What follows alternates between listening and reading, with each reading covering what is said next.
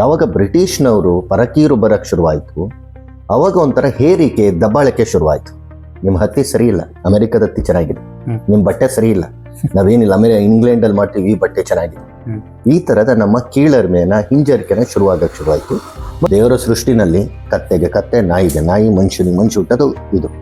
ಎಲ್ಲರೂ ಹೋಗಿ ಹಂದಿಗೆ ಕತ್ತೆ ಹುಟ್ಟುತ್ತಾ ಇಲ್ಲ, ಎಲ್ಲರೂ ನಾಯಿಗೆ ಹೋಗಿ ಬೆಕ್ಕು ಹುಟ್ಟುತ್ತಾ? ಇಂಥ ಒಂದು ವಿಕೃತನ ಈಗ ವಿಜ್ಞಾನಿಗಳು ಶುರುವಚ್ಚಿದೆ. ನಮ್ಮ ಸಾಂಪ್ರದಾಯಿಕ ಕೃಷಿಯನ್ನ, ದೇಶೀಯ ತಳಿಗಳನ್ನ ಮೂದಲಿಕೆ ಮಾಡಿ ಏನು ವಿದೇಶದಿಂದ ಬಂದಂಥ ಬೀಜಗಳು, ವಿದೇಶದಿಂದ ಬಂದಂಥ ಕೃಷಿ ಪದ್ಧತಿ ಅದೇ ಶ್ರೇಷ್ಠ, ಅದರಿಂದ ನಮ್ಮ ಆಹಾರ ನೀವು ಶ್ರೀಮಂತರಾಗ್ತೀವಿ ಅಂತ ಏನು 60ರ ದಶಕದ ಹಸಿರು ಕ್ರಾಂತಿ ಮೂಲಕ ಬಂತು. ಹೆಚ್ಚು ಕಡಿಮೆ 40 ವರ್ಷ ಕೃಷಿ ವಿಶ್ವವಿದ್ಯಾಲಯಗಳು ಇದೇ ಜಪ ಮಾಡಿ ಎಲ್ಲಿವರೆಗೆ ತಾವು ತಿನ್ನುವ ಅನ್ನದ ಬಗ್ಗೆ ಜಾಗೃತಿ ಬರಲ್ಲ, ಅಲ್ಲಿವರೆಗೆ ಯಾವುದೂ ಸುಧಾರಿಸಲ್ಲ. ಸ್ಥಳೀಯ ರೈತ ಮಾರುಕಟ್ಟೆಗಳು, ಸ್ಥಳೀಯ ಮೇಳಗಳು, ಇದೆಲ್ಲ ಕೂಡ ಸ್ಥಳೀಯವಾಗಿ ನಡೆಯೋಕ್ಕೆ ಶುರುವಾದಾಗ ಇಬ್ಬರಿಗೂ ಲಾಭ ಇದೆ. ರೈತನಿಗೆ ಜಾಸ್ತಿ, ಗ್ರಾಹಕನಿಗೆ ಕಮ್ಮಿ. ಇಬ್ಬರೂ ಕೂಡ ಒಂದು ಸಮೃದ್ಧಿಯಿಂದ ಬದುಕಕ್ಕೆ ಅವಕಾಶ ಇದೆ. ರಾಯಚೂರಿನ ಕೃಷಿ ವಿಶ್ವವಿದ್ಯಾಲಯದಲ್ಲಿ 200ಕ್ಕೂ ಹೆಚ್ಚು ದೇಶೀಯ ತಳಿಗಳ ಸಂಗ್ರಹ ಇದೆ. ಡಾಕ್ಟರ್ ನಿಡಗುಂದಿ ಅನ್ನೋರು ಅದನ್ನು ಬಹಳ ಜೋಪಾನವಾಗಿ ಕಾಪಿಟ್ಟು ಸಂಶೋಧನೆ ಮಾಡಿ ಮುಂದೆ ತರ್ತಾ ಇದ್ದಾರೆ. ನೀರು ಮುಳುಗಣ ಭತ್ತ ಅಂತ ನೀವು ನಂಬಲ್ಲ, ಅದಕ್ಕೆ ನಾವು ಬಿದಿರು ಕಡ್ಡಿ ನಿಲ್ಲಿಸಿ ಸಪೋರ್ಟ್ ಕೊಡ್ತೀವಿ. ಅಷ್ಟು ಎತ್ತರ ಬೆಳೀತದೆ. ಯಾಕೆಂದ್ರೆ ನಾವು ಸೊಪ್ಪು ಮೇಳದ ಮೂಲಕ ಬಹಳಷ್ಟು ಬೆರಕೆ ಸೊಪ್ಪುಗಳ ಕಲ್ಪನೆಯನ್ನ ಜನಕ್ಕೆ ತಂದ್ವಿ. ಈಗ ಬಹಳಷ್ಟು ಕಳೆ ಗಿಡ ಅಂದ್ಕೊಂಡಿದ್ದು ಈಗ ಬೆಳೆಯಕ್ಕೆ ಜನ ಬೀಜಗಳು ತಗೊಂಡೋಗಿ ಅದು ಬಹಳ ವಾಪಸ್ ಬಂತದು. ಮತ್ತು ಇನ್ನೊಂದು ಮುಖ್ಯವಾಗಿ ಈ ಏರಿಯಲ್ ಪೊಟ್ಯಾಟೊ ಅಂತ, ಬಳ್ಳಿ ಬಟಾಟೆ, ಬಳ್ಳಿ ಆಲೂಗೆಡ್ಡೆ, ಅದು ಯಾರಿಗೂ ಗೊತ್ತಿರಲಿಲ್ಲ. ಅದು ನಮ್ಗೆಲ್ಲೋ ಆಕಸ್ಮಿಕವಾಗಿ ಎಲ್ಲೋ ಸಿಕ್ಕಿ ಅದನ್ನ ನಾವು ಇವತ್ತು ಸಾವಿರಾರು ಜನ ಅದನ್ನು ಬೆಳೆಸ್ಕೊಳ್ತಾರೆ, ಮನೇಲಿ ಬೆಳೀತಾರೆ. ಈ ಥರದ್ದೆಲ್ಲ ತುಂಬ ಗೆಡ್ಡೆ ಗೆಣಸುಗಳು ವಾಪಸ್ ಬಂದು 95-96ರಷ್ಟು ದೇಸಿ ಹತ್ತಿಲಿದ್ದು, ಇನ್ನೊಂದು 3-4% ಮಾತ್ರ ಅಮೆರಿಕನ್ ಕಾಟನ್ ಇದ್ದಿದ್ದು. ಈಗ full reverse, 97% American cotton, 3% Indian cotton. ಅದು ಏನು, ಈ ಬ್ಯಾಂಡೇಜಿಂಗ್ ನಿಮಗೆ ಬೇಕದು ಹೊರಟು ಅಬ್ಸರ್ಬೆಂಟ್. ಹಾಗಾಗಿ ದೇಸಿ ಹತ್ತಿಗಳು ಭಾಳ ಕಣ್ಮರೆ ಆಗೋಗ್ಬಿಟ್ಟಿದೆ. ಅದರಲ್ಲೂ ನಮ್ಮ ಕರ್ನಾಟಕದಲ್ಲಿ ಪುಣ್ಯಕ್ಕೆ ಈಗಲೂ ಜೈದರ್ ಉಳ್ಕೊಂಡಿದೆ.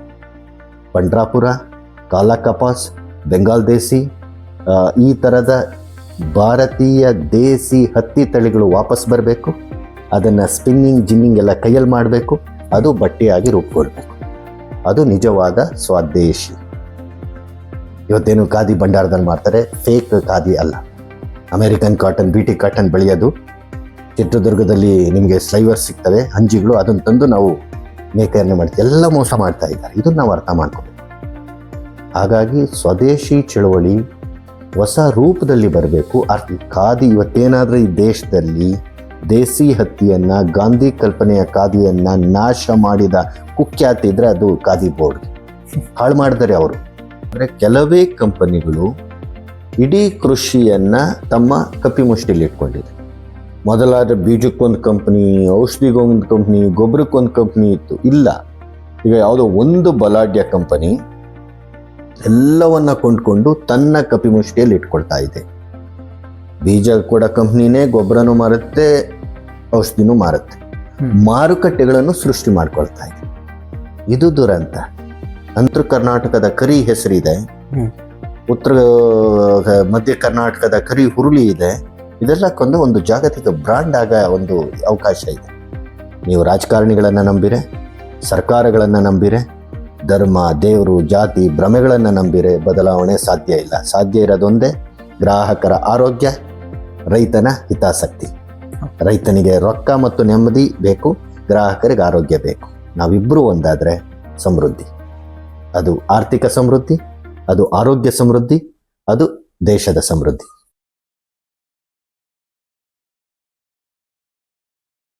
ನಮಸ್ಕಾರ ಸ್ನೇಹಿತರೆ, ಇವತ್ತು ನಮ್ಮ ಜೊತೆ ಇದ್ದಾರೆ ಹಲವಾರು ವರ್ಷಗಳಿಂದ ದೇಸಿ ಬೀಜಗಳ ಮೇಲೆ ಕೃಷಿ ಮಾಡಿದಂತಹ, ಸಾಧನೆ ಮಾಡಿದಂತಹ ಮತ್ತು ಅದರ ಸಂರಕ್ಷಣೆ ಮಾಡಿದಂತಹ ಮತ್ತು ಅದರ ಕುರಿತಂತೆ ಸಾಕಷ್ಟು ಕೆಲಸ ಮಾಡಿದಂತಹ, ಪ್ರಚಾರ ಮಾಡಿದಂತಹ ಮೈಸೂರಿನವರಾದ ಕೃಷ್ಣ ಪ್ರಸಾದ್ ಅವರು.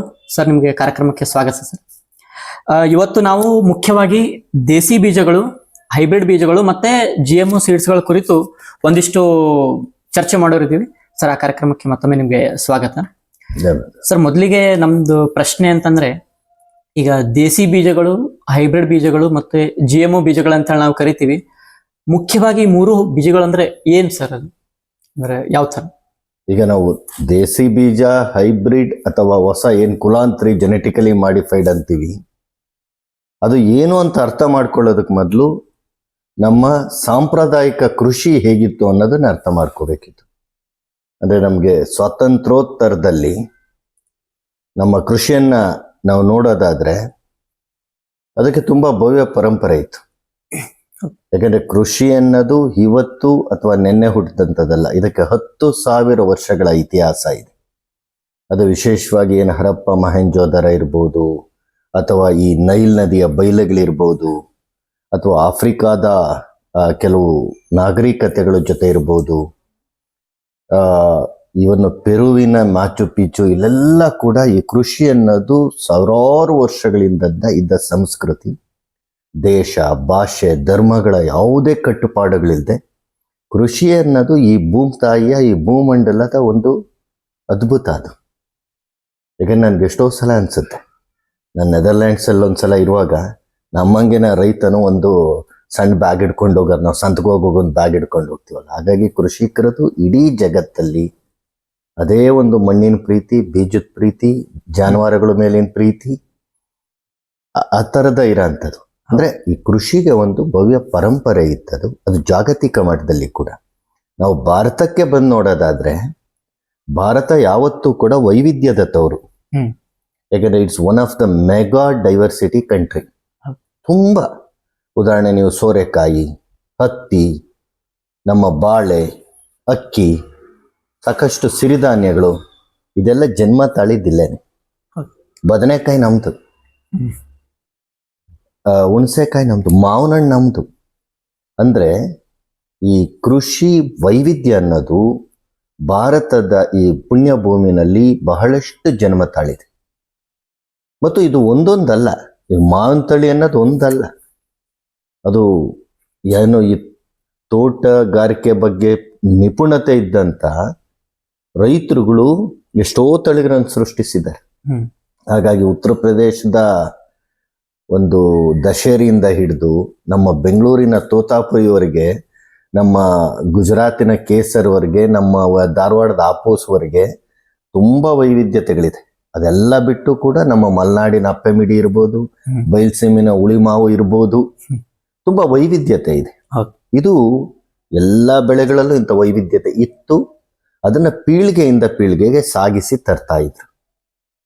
ತರಬೇಕಾದ್ರೆ ಏನಾಯ್ತು, ಒಂದು ಸಲ ಈ ಬ್ರಿಟಿಷ್ನವರು ಬಂದು ಈ ಕೈಗಾರಿಕಾ ಕ್ರಾಂತಿ ಅನ್ನೋದೇನು 18ನೇ ಶತಮಾನದಲ್ಲಿ ಶುರುವಾಗತ್ತೆ, ಅಲ್ಲಿಂದ ಇದಕ್ಕೆಲ್ಲ ಗಂಡಾಂತರ ಬಂದಂಥದ್ದು. ನೋಡಿ, ಇಲ್ಲಿ ಒಂದು ಸೆಣಬನ್ನ ಮಾಡ ಅಂಥದ್ದಿರ್ಬೋದು, ಇಲ್ಲ ಹತ್ತಿ ಬಟ್ಟೆಗಳು ಮಾಡ ಅಂತ ಡಾಕಾ ಮಸ್ಲಿನ್ ಇರ್ಬೋದು, ಇಲ್ಲ ನಮ್ದು ಮಚಲಿಪಟ್ನಮ್ಮು ಇವಿರ್ಬೋದು, ಮತ್ತು ಇಲ್ಲಿದ್ದಂಥ ನೇಕಾರ್ ಇರ್ಬೋದು, ಪ್ರತಿ ಒಂದರಲ್ಲೂ, ಆಮೇಲೆ ಕರಕುಶಲ ವಸ್ತುಗಳಿರ್ಬೋದು, ಎಲ್ಲದರಲ್ಲೂ ನೈಪುಣ್ಯತೆ ಇತ್ತು. ಯಾವಾಗ ಬ್ರಿಟಿಷ್ನವರು ಪರಕೀರು ಬರಕ್ ಶುರುವಾಯಿತು, ಅವಾಗ ಒಂಥರ ಹೇರಿಕೆ, ದಬ್ಬಾಳಿಕೆ ಶುರುವಾಯಿತು. ನಿಮ್ಮ ಹತ್ತಿ ಸರಿ ಇಲ್ಲ, ಅಮೆರಿಕದ ಹತ್ತಿ ಚೆನ್ನಾಗಿದೆ, ನಿಮ್ ಬಟ್ಟೆ ಸರಿ ಇಲ್ಲ, ನಾವೇನಿಲ್ಲ ಇಂಗ್ಲೆಂಡ್ ಅಲ್ಲಿ ಮಾಡ್ತೀವಿ, ಈ ಬಟ್ಟೆ ಚೆನ್ನಾಗಿದೆ. ಈ ತರದ ನಮ್ಮ ಕೀಳರ್ಮೆನ, ಹಿಂಜರಿಕೆನ ಶುರುವಾಗಕ್ಕೆ ಶುರುವಾಯಿತು. ಮತ್ತು ಇಲ್ಲೆಲ್ಲ ನೋಡಿ, ಒಂದು ಆ ತಳಿ ವೈವಿಧ್ಯ ಇತ್ತಲ್ಲ. ಈಗ ಜೋಳದಲ್ಲಿ ನೋಡಿರೆ ಭೋಗಾಪುರ ಜೋಳ, ಹಳದಿ ಜೋಳ, ಬಿಳಿ ಜೋಳ, ಎಷ್ಟು ಸಾವಿರಾರು ಜೋಳಗಳಿದ್ದು ಎಲ್ಲಾನು ಇವತ್ತು ಗುಡಿಸಿ ಗುಂಡಾಂತರ ಮಾಡ್ಕೊಂಡು ಯಾವುದೋ 1-2 ತಳಿಗೆ ಬಂದು ನಿಂತ್ಕೊಂಡಿದ್ದೀವಿ. ಈ ತರ ಈ ಬ್ರಿಟಿಷರ್ ಬಂದ್ಮೇಲೆ ಶುರುವಾದಂತ ಆ ಒಂದು ಏನು ಕೀಳರ್ಮೆ ತರ ಅಂತ, ಇದು ಮುಂದಿನ ದಿನಗಳ ಸ್ವಾತಂತ್ರ್ಯ ಬಂದ್ಮೇಲೆ ಈ ವಿಜ್ಞಾನಿಗಳ ಕೈಗೆ ಬಂತದ್ದು. ಹಸಿರು ಕ್ರಾಂತಿ ಹೆಸರಲ್ಲಿ ನಾವು ಹೊಸ ಹೊಸ ತಳಿಗಳನ್ನ ಸೃಷ್ಟಿ ಮಾಡಬೇಕು, ನಮಗೆ ಬರಗಾಲ ಇದೆ, ನಮ್ಗೆ ಆಹಾರದ ಕೊರತೆ ಇದೆ, ಈ ಥರದ್ದೆಲ್ಲ ನೆಪ ಒಡ್ಡಿ ತಳಿ ಅಭಿವೃದ್ಧಿ ಮಾಡೋಂಥ ಕೆಲಸ ಶುರುವಾಯಿತು. ಅಂದರೆ ನಾವು ಅರ್ಥ ಮಾಡ್ಕೋಬೇಕಾಗಿರೋದು, ಸಾವಿರಾರು ವರ್ಷಗಳಿಂದ ಇಲ್ಲೇ ನೆಲದಲ್ಲಿ ವಿಕಸಿತವಾದಂಥ ಸಾವಿರಾರು ತಳಿಗಳು ಪ್ರತಿ ಬೆಳೆನಲ್ಲೂ ಇದೆ. ಅದನ್ನ ರೈತರು ಪೀಳಿಗೆಯಿಂದ ಪೀಳಿಗೆಗೆ ಸಾಗಿಸಿ ತರ್ತಾ ಇದ್ದಾರೆ. ಅದು ದೇಸಿಯ ತಳಿ, local varieties, traditional varieties, indigenous varieties, ಸ್ಥಾನಿಕ ತಳಿಗಳು, ನಾಟಿ ತಳಿಗಳು, ಜವಾರಿ ತಳಿಗಳು, ದೇಸಿ ತಳಿಗಳು. ಅಂದ್ರೆ ನೂರಾರು ವರ್ಷಗಳಿಂದ ನಮ್ಮ ಅಜ್ಜ ಅಜ್ಜಿ ಅವರು ಬಳಸ್ತಾ ಇದ್ರು, ಅವ್ರ ಮುತ್ತಾತರು ಮುತ್ತಜ್ಜಿ ಬಳಸ್ತಾ ಇದ್ರು. ಅಂದ್ರೆ ಒಟ್ಟಿನಲ್ಲಿ ಪೀಳಿಗೆಯಿಂದ ಪೀಳಿಗೆಗೆ ನಮ್ಮ ಊರಿನ ವಾತಾವರಣಕ್ಕೆ ಬರೋ ಅಂಥದ್ದು ಮೂಲ ತಳಿಗಳು, ಅವನ್ನ ನಾವು ದೇಸಿ ತಳಿಗಳು ಅಂತ ಕರ್ಕೊಳ್ಳೋಣ. ಹ್ಮ್.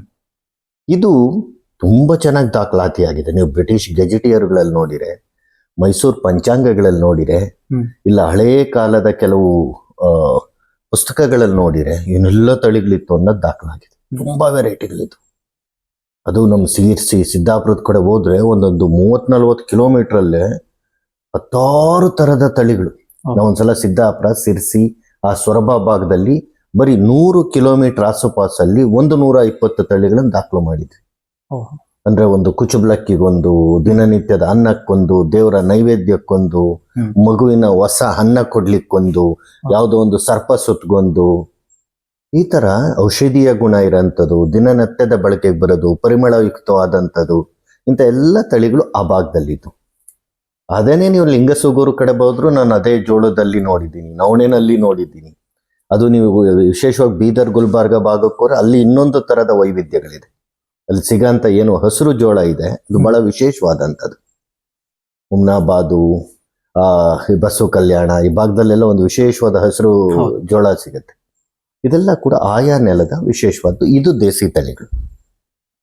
ಈ ಹಸಿರು ಕ್ರಾಂತಿ ಬಂದ್ಮೇಲೆ ಏನಾಯ್ತು, ಇಲ್ಲ ನಿಮ್ ತಳಿಗಳು ಸರಿ ಇಲ್ಲ, ಇದು ಬಹಳ ಉದ್ದ ಬೆಳಿತಾವೆ, ಬಿದ್ದೋಗ್ತವೆ, ನಾವು ತುಂಡ ತಳಿ ಮಾಡೋಣ. ಈಗ ಕ್ರಾಸ್ ಮಾಡಕ್ ಶುರು ಮಾಡಿರು. ಒಂದು ತುಂಡ ತಳಿ, ಅದ್ರ ತೆನೆ ಉದ್ದ ಇದೆ.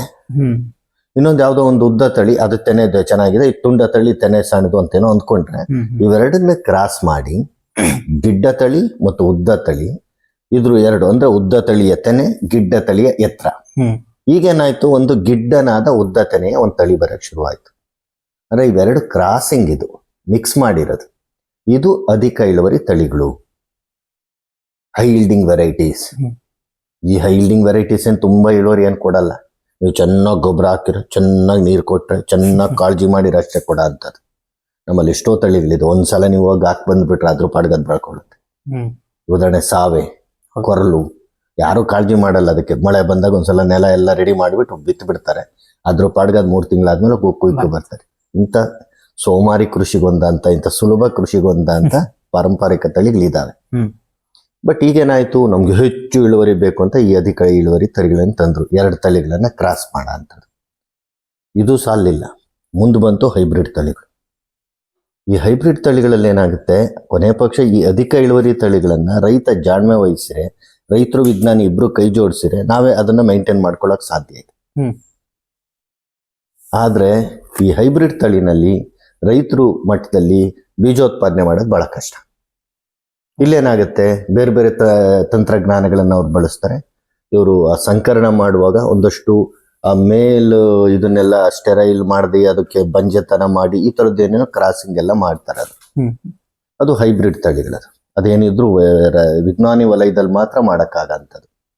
ಇಲ್ಲ ಒಂದು ಸೀಮಿತವಾದಂತ ಒಂದು ಬೀಜ ತಾಕುಗಳಲ್ಲಿ ಮಾಡೋದು, ಅಂದ್ರೆ ರೈತರು ಮಾಡೋದು ಬಹಳ ಕಷ್ಟ. ಅದು ಇದು ಇನ್ನು ಮುಂದೆ ಬರೋದು ಈ ಇತ್ತೀಚಿನ ದಶಕಗಳಲ್ಲಿ. ನಮ್ಮ ಬಿಟಿ ಬದನೆ ಬಂದ್ಮೇಲೆ, ಬಿಟಿ ಕಾಟನ್ ಬಂದ್ಮೇಲೆ, ಬಿಟಿ ಹತ್ತಿ ಬಂದ್ಮೇಲೆ, ಅದು ಕುಲಾಂತರಿ ತಳಿಗಳು, ಜೆನೆಟಿಕಲಿ ಮಾಡಿಫೈಡ್. ಇದು ದೊಡ್ಡ ಅಪಾಯ ಬಂದಿರೋದು. ಏನಾಗಿದೆ ಇಲ್ಲಿ, ದೇವರ ಸೃಷ್ಟಿನಲ್ಲಿ ಕತ್ತೆಗೆ ಕತ್ತೆ, ನಾಯಿಗೆ ನಾಯಿ, ಮನುಷ್ಯನಿಗೆ ಮನುಷ್ಯ ಹುಟ್ಟೋದು ಇದು. ಎಲ್ಲಾರು ಹೋಗಿ ಹಂದಿಗೆ ಕತ್ತೆ ಹುಟ್ಟುತ್ತಾ, ಇಲ್ಲ ಎಲ್ಲಾರು ನಾಯಿಗೋಗಿ ಬೆಕ್ಕುಟ್ಟುತ್ತಾ? ಇಂಥ ಒಂದು ವಿಕೃತನ ಈಗ ವಿಜ್ಞಾನಿಗಳು ಶುರು ಹಚ್ಚಿದ್ದಾರೆ. ಲಾಭ ಬುಡಕ ಬಹುರಾಷ್ಟ್ರೀಯ ಕಂಪನಿಗಳು ಶುರು ಹಚ್ಚಿದ್ದಾರೆ. ಏನ್ ಮಾಡ್ತಾರೆ, ಮೀನಿನ ಗುಣ ತೆಗಿಯೋದು, ಅದು ನೀರಲ್ಲಿದೆ ಸಾಲ್ ಮೀನು, ಅದ್ರ ಗುಣ ತೆಗೆದು ಟೊಮೊಟೊ ಒಳಗೆ ಹಾಕೋದು. ಈಗೇನಾಗುತ್ತೆ, ಟೊಮೊಟೊನ ಜೋಗಲ್ಲೂ ಬೆಳಿಬಹುದು. ಯಾಕೆಂದ್ರೆ ಸಾಲ್ ಮೀನು ತಣ್ಣೀರಲ್ಲಿ, ಅದು ಒಂಥರ ಶೀತ ಸಮುದ್ರಗಳಲ್ಲಿ ಇರ್ತದೆ. ಆಮೇಲೆ ಏನಾಗುತ್ತೆ, ಮಿಂಚುಳದ ಗುಣ ತೆಗಿಯೋದು, ತಂಬಾಕು ಸೇರಿಸಿ ರಾತ್ರಿ ಎಲ್ಲ ಮಿಣ ಅನ್ಸೋದು ಗಿಡನ. ಈ ತರ ದೇವರ ಸೃಷ್ಟಿಗೆ ವಿರುದ್ಧವಾದಂತ ಉಚ್ಚಾಟಗಳನ್ನ ಈಗ ಈ ಲಾಭಕೋರ ಕಂಪ್ನಿಗಳು ಶುರು ಮಾಡಿದೆ. ಅದನ್ನ ಕುಲಾಂತರಿ ತಳಿಗಳು, ಜೆನೆಟಿಕಲಿ ಮಾಡಿಫೈಡ್ ಕ್ರಾಪ್ ಹೆಸರಲ್ಲಿ ಹೊರಗಡೆ ತರಕ್ಕೆ ಮಾಡ್ತಾ ಇದ್ದಾರೆ. ಹಾಗಾಗಿ ಬಿಟಿ ಬದನೆ ಕಾಟನ್, ಬಿಟಿ ಹತ್ತಿ ಮೂಲಕ ಶುರುವಾದಂತ ಇಂಥ ಹುಚ್ಚಾಟಗಳು ಮುಂದೆ ಬಿಟಿ ಬದನೆ ಮೂಲಕ ಬರಕ್ಕೆ ನೋಡಿರು. ಆದ್ರೆ ಎಲ್ಲ ರಾಜಕೀಯೇತರವಾಗಿ ಕೂಡ ಎಲ್ಲ ಪಕ್ಷಗಳು, ಎಲ್ಲರೂ ಜನರ ಗ್ರಾಹಕರ ವಿರೋಧ ಬಂದಿದ್ದರಿಂದ ಸದ್ಯಕ್ಕೆ ಆಹಾರ ಬೆಳೆಗಳ್ಯಾವುದು ಕೂಡ ಬಂದಿಲ್ಲ. ನಮ್ಮ ಭಾರತದಲ್ಲಿ PT ಹತ್ತಿ ಬಿಟ್ರೆ ಇನ್ಯಾವುದೇ ಕುಲಾಂತರಿ ತಳಿಗಳು ಇಲ್ಲ. ಆದ್ರೂ ಕೂಡ ಅದನ್ನ ಮತ್ತೆ ಹಿಂಬಾಗ್ಲಿಂದ ತರಹಂತ ಹುನ್ನಾರ ನಡೀತಲೇ ಇದೆ. ಈಗ ಅಮೇರಿಕಾದಲ್ಲಿ ನಮಗೆ ಗೊತ್ತಿದ್ದಂಗೆ ಅಲ್ಲಿ ಮುಕ್ಕಾಲು ಪಾಲು ಬರೀ ಕುಲಾಂತರಿ ಇರೋದೆ. ಅಲ್ಲಿರೋಂಥ ಮೆಕ್ಕೆಜೋಳಗಳು, ಸೋಯಾಬೀನುಗಳು, ಸೂರ್ಯಕಾಂತಿಗಳು ಇದೆಲ್ಲ ಕೂಡ ಅದರ ಎಣ್ಣೆ ಆಮದಿನ ರೂಪದಲ್ಲಿ ನಮ್ಮ ಅಡುಗೆಗೆ ಬರ್ತಾ ಇದೆ. ಇದು ಗ್ರಾಹಕರಿಗೆ ಗೊತ್ತಿಲ್ಲ. ಇಲ್ಲಿ ಏನು ಇಂಪೋರ್ಟ್ ಆಗಂತ ಅಮೇರಿಕಾದಿಂದ ಇಂಪೋರ್ಟ್ ಆಗುವಂತ ಸೋಯಾ, ಮೆಕ್ಕೆಜೋಳ, ಸೂರ್ಯಕಾಂತಿ ಎಣ್ಣೆ ಇದೆಲ್ಲ ಕೂಡ ಕುಲಾಂತರಿ ತಳಿಯಿಂದ ಆದಂಥದ್ದು. ಗ್ರಾಹಕರಿಗೆ ಅರ್ಥ ಮಾಡ್ಕೋಬೇಕು. ಯಾವುದೋ ಒಂದು ಹೊರಗಿನ, ಅದಕ್ಕಾಗಿ ಗಾಣದ ಎಣ್ಣೆ, ಸ್ಥಳೀಯವಾಗಿ ನಾವು ಮಾಡಿದಂಥ ಎಣ್ಣೆ ಮತ್ತು ಯಾವುದೋ ಒಂದು ಕಂಪನಿಯ ಅಂಗಡಿಯಿಂದ ತರ ಬಾಟ್ಲಿಗೂ ವ್ಯತ್ಯಾಸ ಇದೆ. ಯಾಕಂದ್ರೆ ನಾವೇನು ಅಡ್ವರ್ಟೈಸ್ ಬರೋಂಥ ದೊಡ್ಡ ದೊಡ್ಡ ಬ್ರಾಂಡ್ಗಳನ್ನು ನೋಡ್ತೀವಿ, ಅವೆಲ್ಲ ಕೂಡ ಎಣ್ಣೆಯನ್ನ ಅಗ್ಗವಾಗಿ ಸಿಗೋದ್ರಿಂದ ಆಮದು ಮಾಡ್ಕೊಳ್ತಾರೆ, ಅದನ್ನ ಚಂದದ ಬಾಟ್ಲಲ್ಲಿ ತುಂಬಿ ಕಳಿಸ್ತಾರೆ. ಹಾಗಾಗಿ ನೀವು ಒಂದು ಗಾಣದ ಎಣ್ಣೆ ತಗೊಳ್ಳುವಾಗ ಇಲ್ಲಿ ಸ್ಥಳೀಯ ಜವಾರಿ ತಳಿಗಳನ್ನು ಉಳಿಸೋಕ್ಕೆ ನೀವು ಕಾರಣಕರ್ತರಾಗ್ತೀರಾ, ನಿಮ್ಮ ಕುಟುಂಬದ ಆರೋಗ್ಯವನ್ನು ಕಾಪಾಡ್ತೀರಾ ಮತ್ತು ಒಂದು ತಳಿಯನ್ನು ಉಳಿಸಿದ್ದೀರಾ. ಏನೋ ಅಗ್ಗವಾಗಿ ಎಣ್ಣೆ ಸಿಕ್ತು ಅಂತ ನೀವು ಹೋಗ್ತಿದ್ದಂಗೆನೆ ನಿಮ್ಮ ಆರೋಗ್ಯನೂ ಹಾಳಾಗೋಗಿದೆ. ಇನ್ಯಾವುದೋ ಒಂದು ಕುಲಾಂತರಿ ಕೃಷಿ ಕಂಪನಿಯ ಕೃಷಿಯನ್ನು ನಾವು ಪರೋಕ್ಷವಾಗಿ ಬೆಂಬಲಿಸ್ದಂಗೆ ಆಗ್ತದೆ. ಹಾಗಾಗಿ ದೇಸಿ ತಳಿಗಳು ಏನಿದೆ ಅದರ ಸುತ್ತಮುತ್ತ ನಾವು ಗ್ರಾಹಕರು ಜಾಗೃತರಾದರೆ ಅವನ್ನ ಮರುಬಳಕೆ ತರಬೇಕು. ಇದು ನಮ್ಗೆ ಅರ್ಥ ಆಗಬೇಕು. ದೇಸಿ ತಳಿಗಳು, ನೆಕ್ಸ್ಟ್ ಬರೋಂಥ ಸುಧಾರಿತ ತಳಿಗಳು, ಅಧಿಕ ಇಳುವರಿ ತಳಿಗಳು, ಹೈಬ್ರಿಡ್ ತಳಿಗಳು ಮತ್ತು ಕುಲಾಂತರಿ ತಳಿಗಳು. ಸರ್, ಈಗ ಒಂದು ಪ್ರಶ್ನೆ. ಈಗ ಮೊದಲಿನ ಕಾಲದಲ್ಲಾದ್ರೂ ಕೂಡ ಪಾರಂಪರಿಕವಾಗಿ ಇಷ್ಟೊತ್ತು ನೀವು ತುಂಬಾ ಚೆನ್ನಾಗಿ ವಿವರಣೆ ಮಾಡಿದ್ರಿ 3 ಬೀಜಗಳಲ್ಲಿ ಇರುವಂತಹ ಒಂದು ಇದನ್ನ.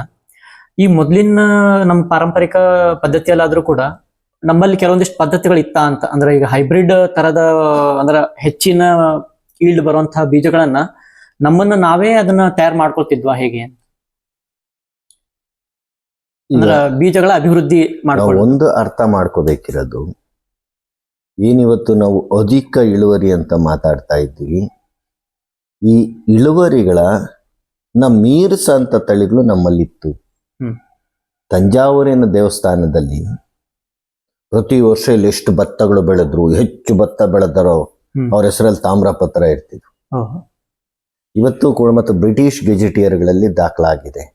ಇವತ್ತು ನಮ್ದು ಏನು ಈ ರಾಸಾಯನಿಕಗಳನ್ನು ಸುರಿದು ಹೈಬ್ರಿಡ್ ಅನ್ನು ಹಾಕಿ ನಾವೇನು ಬೆಳೆ ತೆಗಿತಾ ಇದ್ದೀವಿ, ಅದಕ್ಕಿಂತ ಹೆಚ್ಚು ಪಟ್ಟು ಬೆಳೆ ತೆಗೆದಂಥ ದಾಖಲಾಗಿದೆ. ತಾಮ್ರಪತ್ರಗಳ ಮೂಲಕ ಇಲ್ಲ ಗೆಜೆಟಿಯರ್ಗಳ ಮೂಲಕ ದಾಖಲಾಗಿದೆ ಅದು. ಹಾಗಾಗಿ ನಾವೇನು ತುಂಬಾ ಬೆಳಿತೀವಿ ಅನ್ನೋದು ನಿಜ ಏನಲ್ಲ. ಮತ್ತು ಎಲ್ಲರೂ ವಿಜ್ಞಾನಿಗಳು ಕೂಡ ಹೋಗ್ತಾ ಇದ್ದಾರೆ, ಏನು ಇಳುವರಿ ಏರೋಯ್ತು ಅದು ಏರ್ತಾ ಇಲ್ಲ, ಅದು ಮತ್ತೆ ಬಿದ್ದೋಗ್ತಾ ಇದೆ.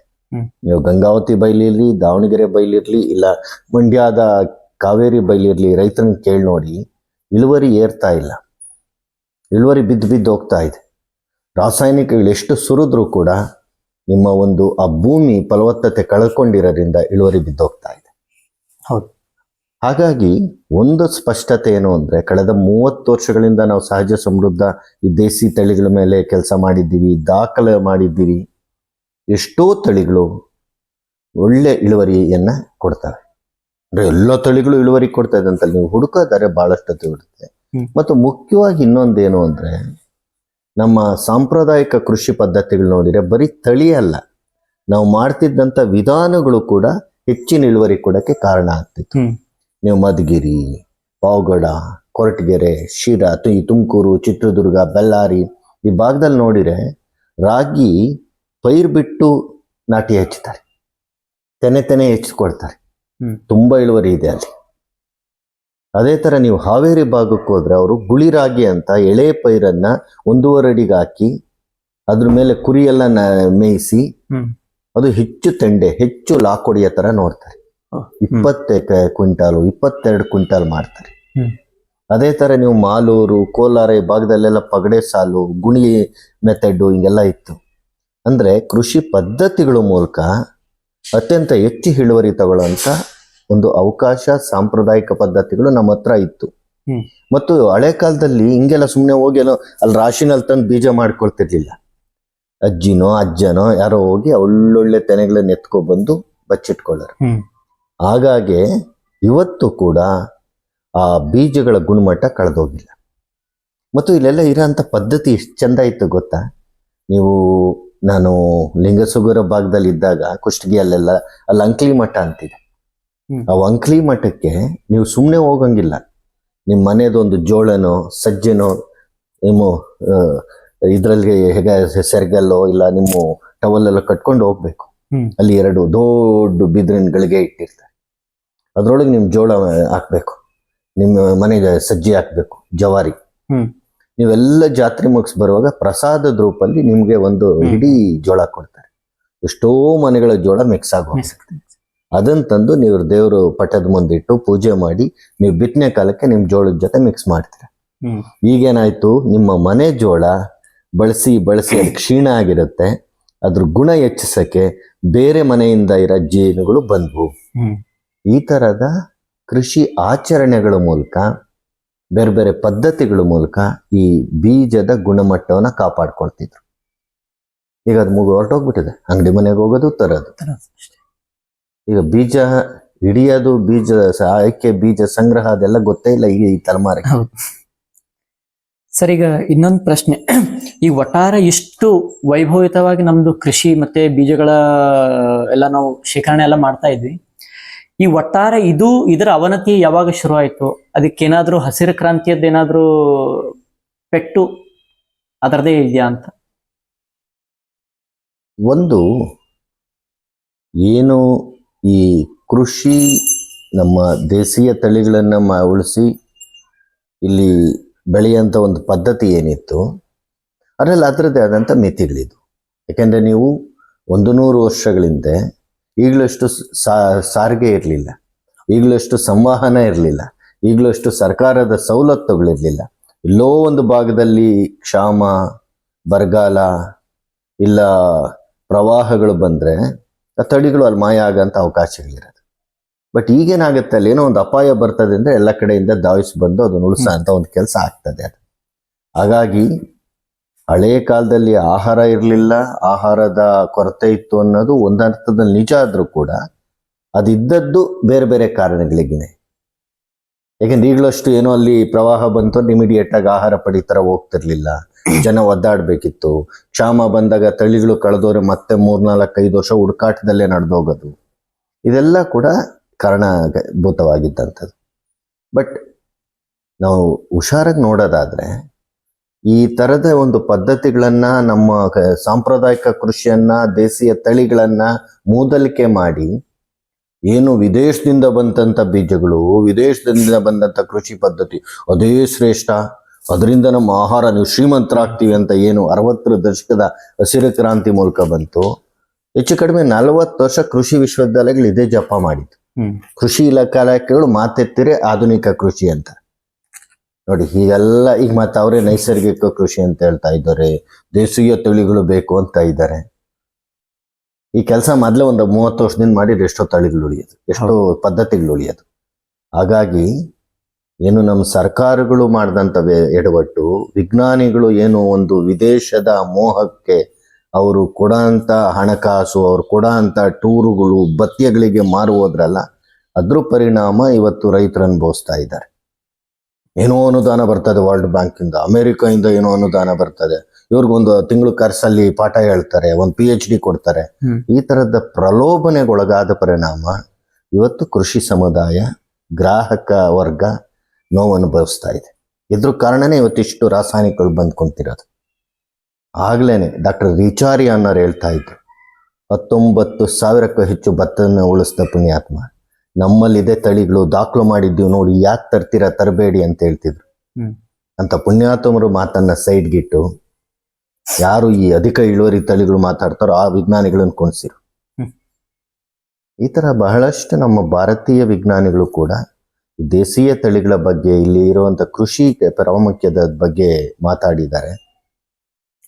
ಸರ್, ಈಗ ಹೈಬ್ರಿಡ್ ತಳಿ ನಾವು ಬಳಸ್ತೀವಿ ಅಂತಂದ್ರೆ ಅದಕ್ಕೆ ಅತಿ ಹೆಚ್ಚಿನ ಪ್ರಮಾಣದ ರಾಸಾಯನಿಕಗಳು, ಕೀಟನಾಶಕಗಳು ಕೂಡ ಬಳಸ್ಬೇಕಾಗತ್ತೆ. ಮತ್ತು ಒಟ್ಟಾರೆಯಾಗಿ ಹೈಬ್ರಿಡ್ ತಳಿಯಿಂದ ನಮ್ಮ ದೇಹಕ್ಕೆ ಆಗಿರ್ಬೋದು ಮತ್ತೆ ಕೃಷಿ ಭೂಮಿಗೆ ಮತ್ತು ರೈತನಿಗೆ ಆಗುವಂತ ಮೇನ್ ಸಮಸ್ಯೆಗಳು ಏನೇನ್ ಆಗ್ತವೆ? ನೋಡಿ, ಈ ಕಂಪ್ನಿಗಳೆಲ್ಲ ಈಗ ಬರೀ ಯಾವುದೇ ಕಂಪ್ನಿ ಈಗ ಬೀಜ ಕೊಡ್ತಾ ಇಲ್ಲ. ನೀವು ಬೀಜ ತಗೊಳ್ತಲೇ ಅವ್ರು ಹೇಳ್ತಾರೆ ಈ ಗೊಬ್ಬರ ಈ ಹಾಕ್ಬೇಕು, ಗೊಬ್ಬರ ಹಾಕ್ಬೇಕು. ಈ ಔಷಧಿ ಹಾಕ್ಬೇಕು. ಹ್ಮ್. ಅಂದ್ರೆ ಗೊಬ್ಬರ, ಬೀಜ, ಔಷಧಿ ಎಲ್ಲವನ್ನು ಮಾರೋ ಕಂಪ್ನಿಗಳು ಈಗ ಒಂದೇ ಆಗಿದೆ. ಹೌದು. ಬೇರೆ ಹಾಕಿದ್ರೆ ನೀವು ಕೆಲಸ ಮಾಡಕ್ ಬರಲ್ಲ. ಈಗ ಏನ್ ಬೀಜಗಳು ನೀವು ಒಂದ್ಸಲ ಹೈಬ್ರಿಡ್ ಬೀಜ ತಂದ್ರೆ ಅದು ಬೀಜಕ್ಕಷ್ಟೇ ಸೀಮಿತ ಆಗಲ್ಲ. ಅದೇ ಕಂಪ್ನಿ ಇಂಥ ಔಷಧಿ ಹೊಡಿ ಅಂತದೆ, ಇಷ್ಟು ರಾಸಾಯನಿಕ ನಂದೇ ಹಾಕು ಅಂತ ಹೇಳ್ತದೆ. ಹಾಗಾಗಿ ಬೀಜ, ಗೊಬ್ಬರ ಮತ್ತು ಔಷಧಿಯನ್ನ ಕೊಡುವ ಒಂದು ಆ ಜಾಲವನ್ನ ಆ ಕಂಪ್ನಿಗಳು ಸೃಷ್ಟಿ ಮಾಡ್ಕೊಂಡಿದ್ದಾರೆ. ಬೇರೆ ನಡೆಯಲ್ಲ, ಅದು ಇದು ಮಾಡಿದ್ರೆ ಮಾತ್ರ ಕೆಲಸ ಮಾಡುತ್ತೆ ಅಂತ. ಅಂದ್ರೆ ರೈತರನ್ನ ಅವಲಂಬಿತರಾಗಿ ಮಾಡೋದು, ರೈತರನ್ನ ಪರಾವಲಂಬಿಗಳಾಗಿ ಮಾಡೋದು. ರೈತರ ರೊಕ್ಕ ಹೋಗ್ತಾ ಇರ್ಬೇಕಷ್ಟೇ ಅವ್ರ ಜೇಬಿಂದ. ಏನೋ ಮಳೆ ಸರಿ ಇಲ್ಲ, ಕ್ಷಾಮ ಬಂತು, ಯಾವುದೋ ಹೊಸ ಕೀಟ ಬಂತು, ಬೆಲೆ ಬಿದ್ದೋಯ್ತು, ನಮ್ಗೇನು ಗತಿ ಇಲ್ಲ.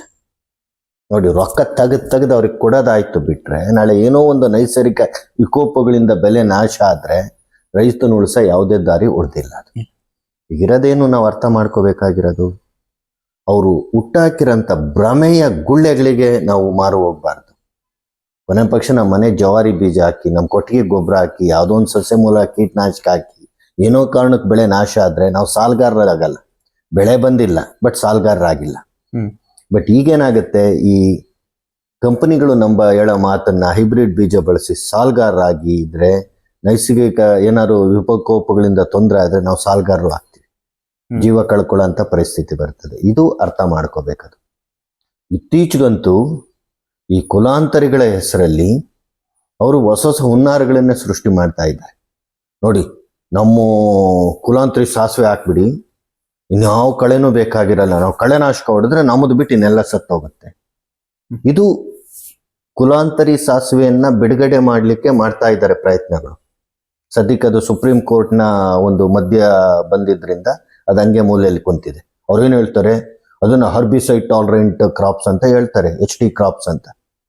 ಅದಲ್ಲಿ ಅವನು ಬೆಳೆ ಬಿಟ್ರೆ ಇನ್ನೆಲ್ಲ ಬೆಳೆನೂ ಕಳೆನಾಶಕ ಹಾಕಿ ಸುಟ್ಟೋಗ್ಬಿಡ್ತದೆ.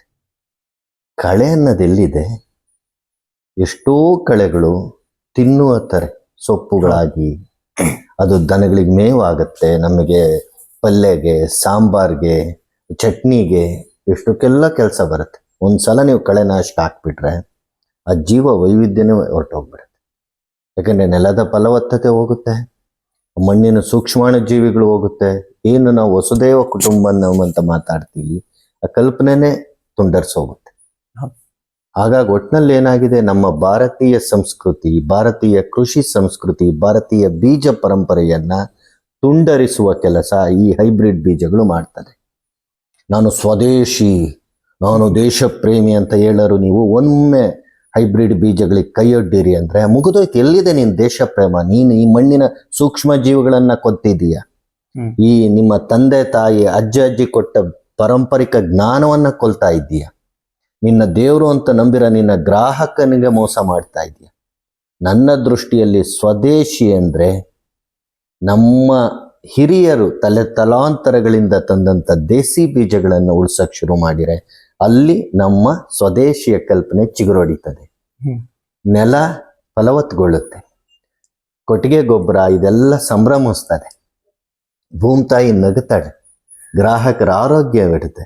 ಅದು ವಸುದೇವ ಕುಟುಂಬಂ. ಅದು ಈ ದೃಷ್ಟಿಯಿಂದ ನಾವೆಲ್ಲರೂ ನೋಡ್ಬೇಕಾದಂತ ಈ ದೇಶೀಯ ಪರಂಪರೆಯ ಬೀಜಗಳನ್ನ ಉಳಿಸ ಅಂತ ಒಂದು ಕೆಲಸ ಮಾಡಲೇಬೇಕದು. ಅದು ಮುಂದಿನ ಪೀಳಿಗೆಗೆ ನಾವು ಕೊಡುವಂತ ಒಂದು ಕೊಡುಗೆ. ಈಗ ಒಂದ್ ಸ್ವಲ್ಪ ಹೊತ್ತು ಮುಂಚೆ ವೈವಿಧ್ಯತೆ ಬಗ್ಗೆ ಮಾತಾಡ್ತಾ ಇದ್ರಿ ಸರ್.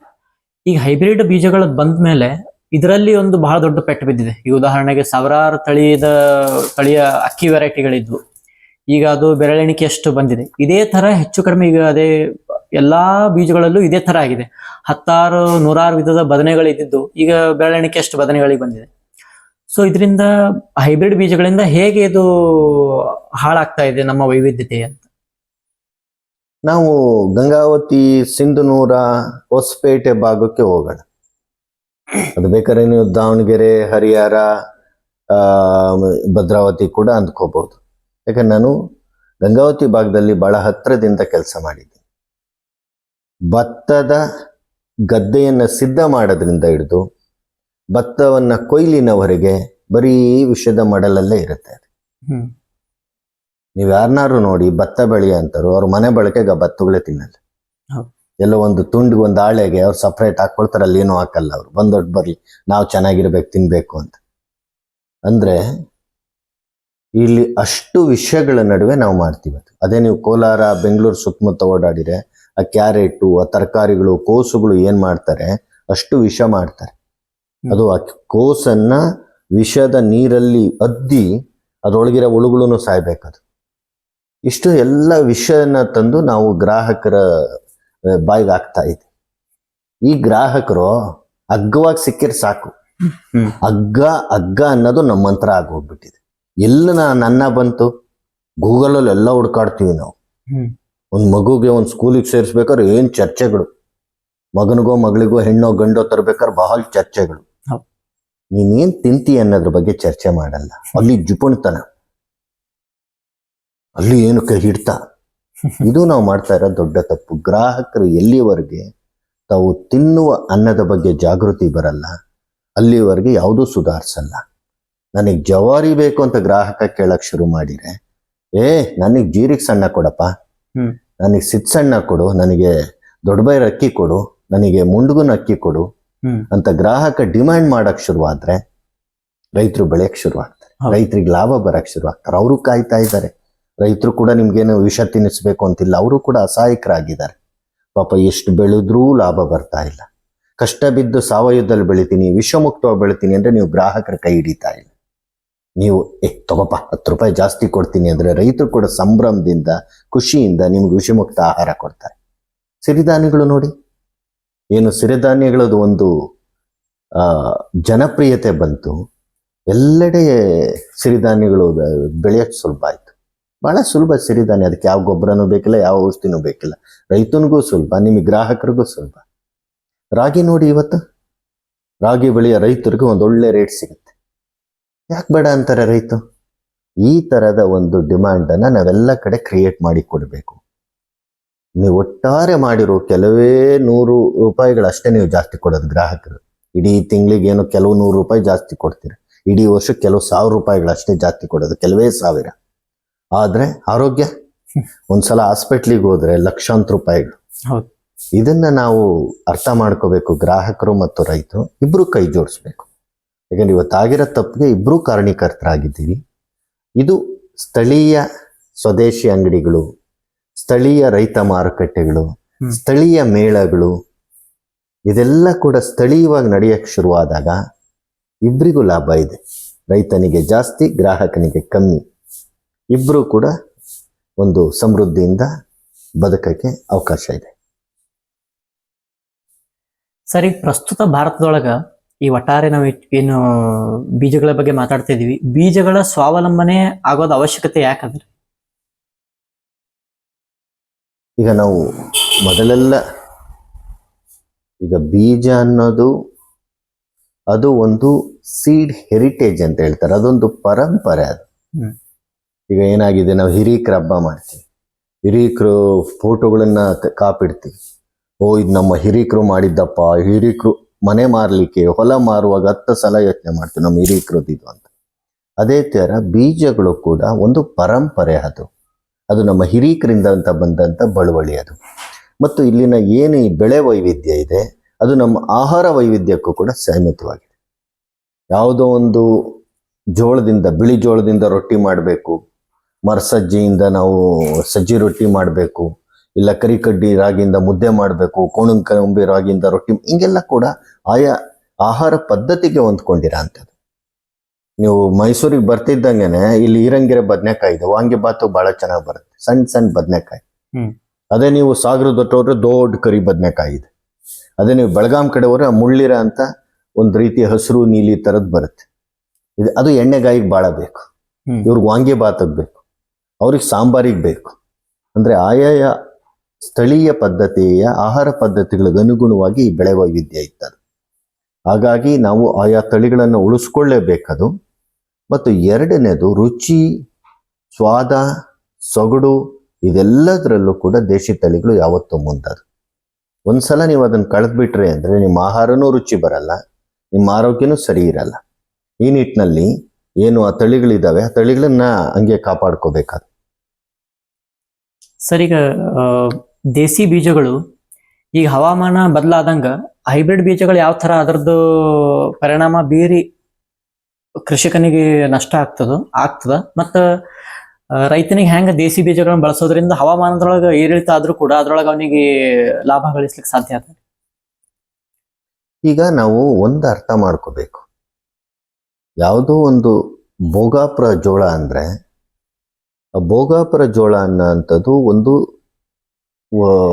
ನಮ್ಮ ಕಲ್ಯಾಣ ಕರ್ನಾಟಕ ಭಾಗಕ್ಕೆ ಹೊಂದ್ಕೊಂಡಿದ್ದಂಥ ಜೋಳ. ಅದು ಎಷ್ಟೋ ದಿನದಿಂದ ಗೊತ್ತಿಲ್ಲ, ಎಷ್ಟು ನೂರಾರು ವರ್ಷಗಳಿಂದ ಇದೆ ಅದು, ಎಷ್ಟು ಸಾವಿರ ವರ್ಷಗಳಿಂದ ಆ ಕಪ್ಪು ಮಣ್ಣಲ್ಲಿದೆಯೋ ಕಲ್ಯಾಣ ಕರ್ನಾಟಕದಲ್ಲಿ ನಮಗೆ ಗೊತ್ತಿಲ್ಲ ಅದು. ಈಗ ನೀವು ಹೈಬ್ರಿಡ್ ಅನ್ನೋದು ಈಗ 20-30 ವರ್ಷಗಳಿಂದ ಬಂದಂಥದ್ದು.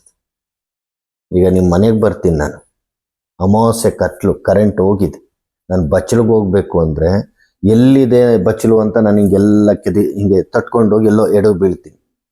ಆದರೆ ನೀವು ಅದೇ ಮನೇಲಿ ಹುಟ್ಟು ಬೆಳೆದವ್ರಿಗೆ ಏನೇ ಕತ್ಲಿರ್ಲಿ ಆರಾಮಾಗಿ ಎದ್ದು ಎಲ್ಲಿ ಹೋಗ್ಬೇಕು ಅಂತೇಳಿ ಬಚ್ಚಲಿಗೆ ಹೋಗ್ತಾರೆ. ಆ ರೀತಿ ನಮ್ಮ ಸ್ಥಳೀಯ ತಳಿಗಳು ಇಂಥ ಎಷ್ಟೋ ಕ್ಷಾಮಗಳನ್ನು ನೋಡಿದ್ದಾವೆ, ಎಷ್ಟೋ ಬರಗಾಲ, ಪ್ರವಾಹ, ಅತಿ ಮಳೆ, ಮಳೆ ವೈಪರೀತ್ಯ ಎಲ್ಲ ನೋಡ್ಬಿಟ್ಟಿದ್ದಾವೆ.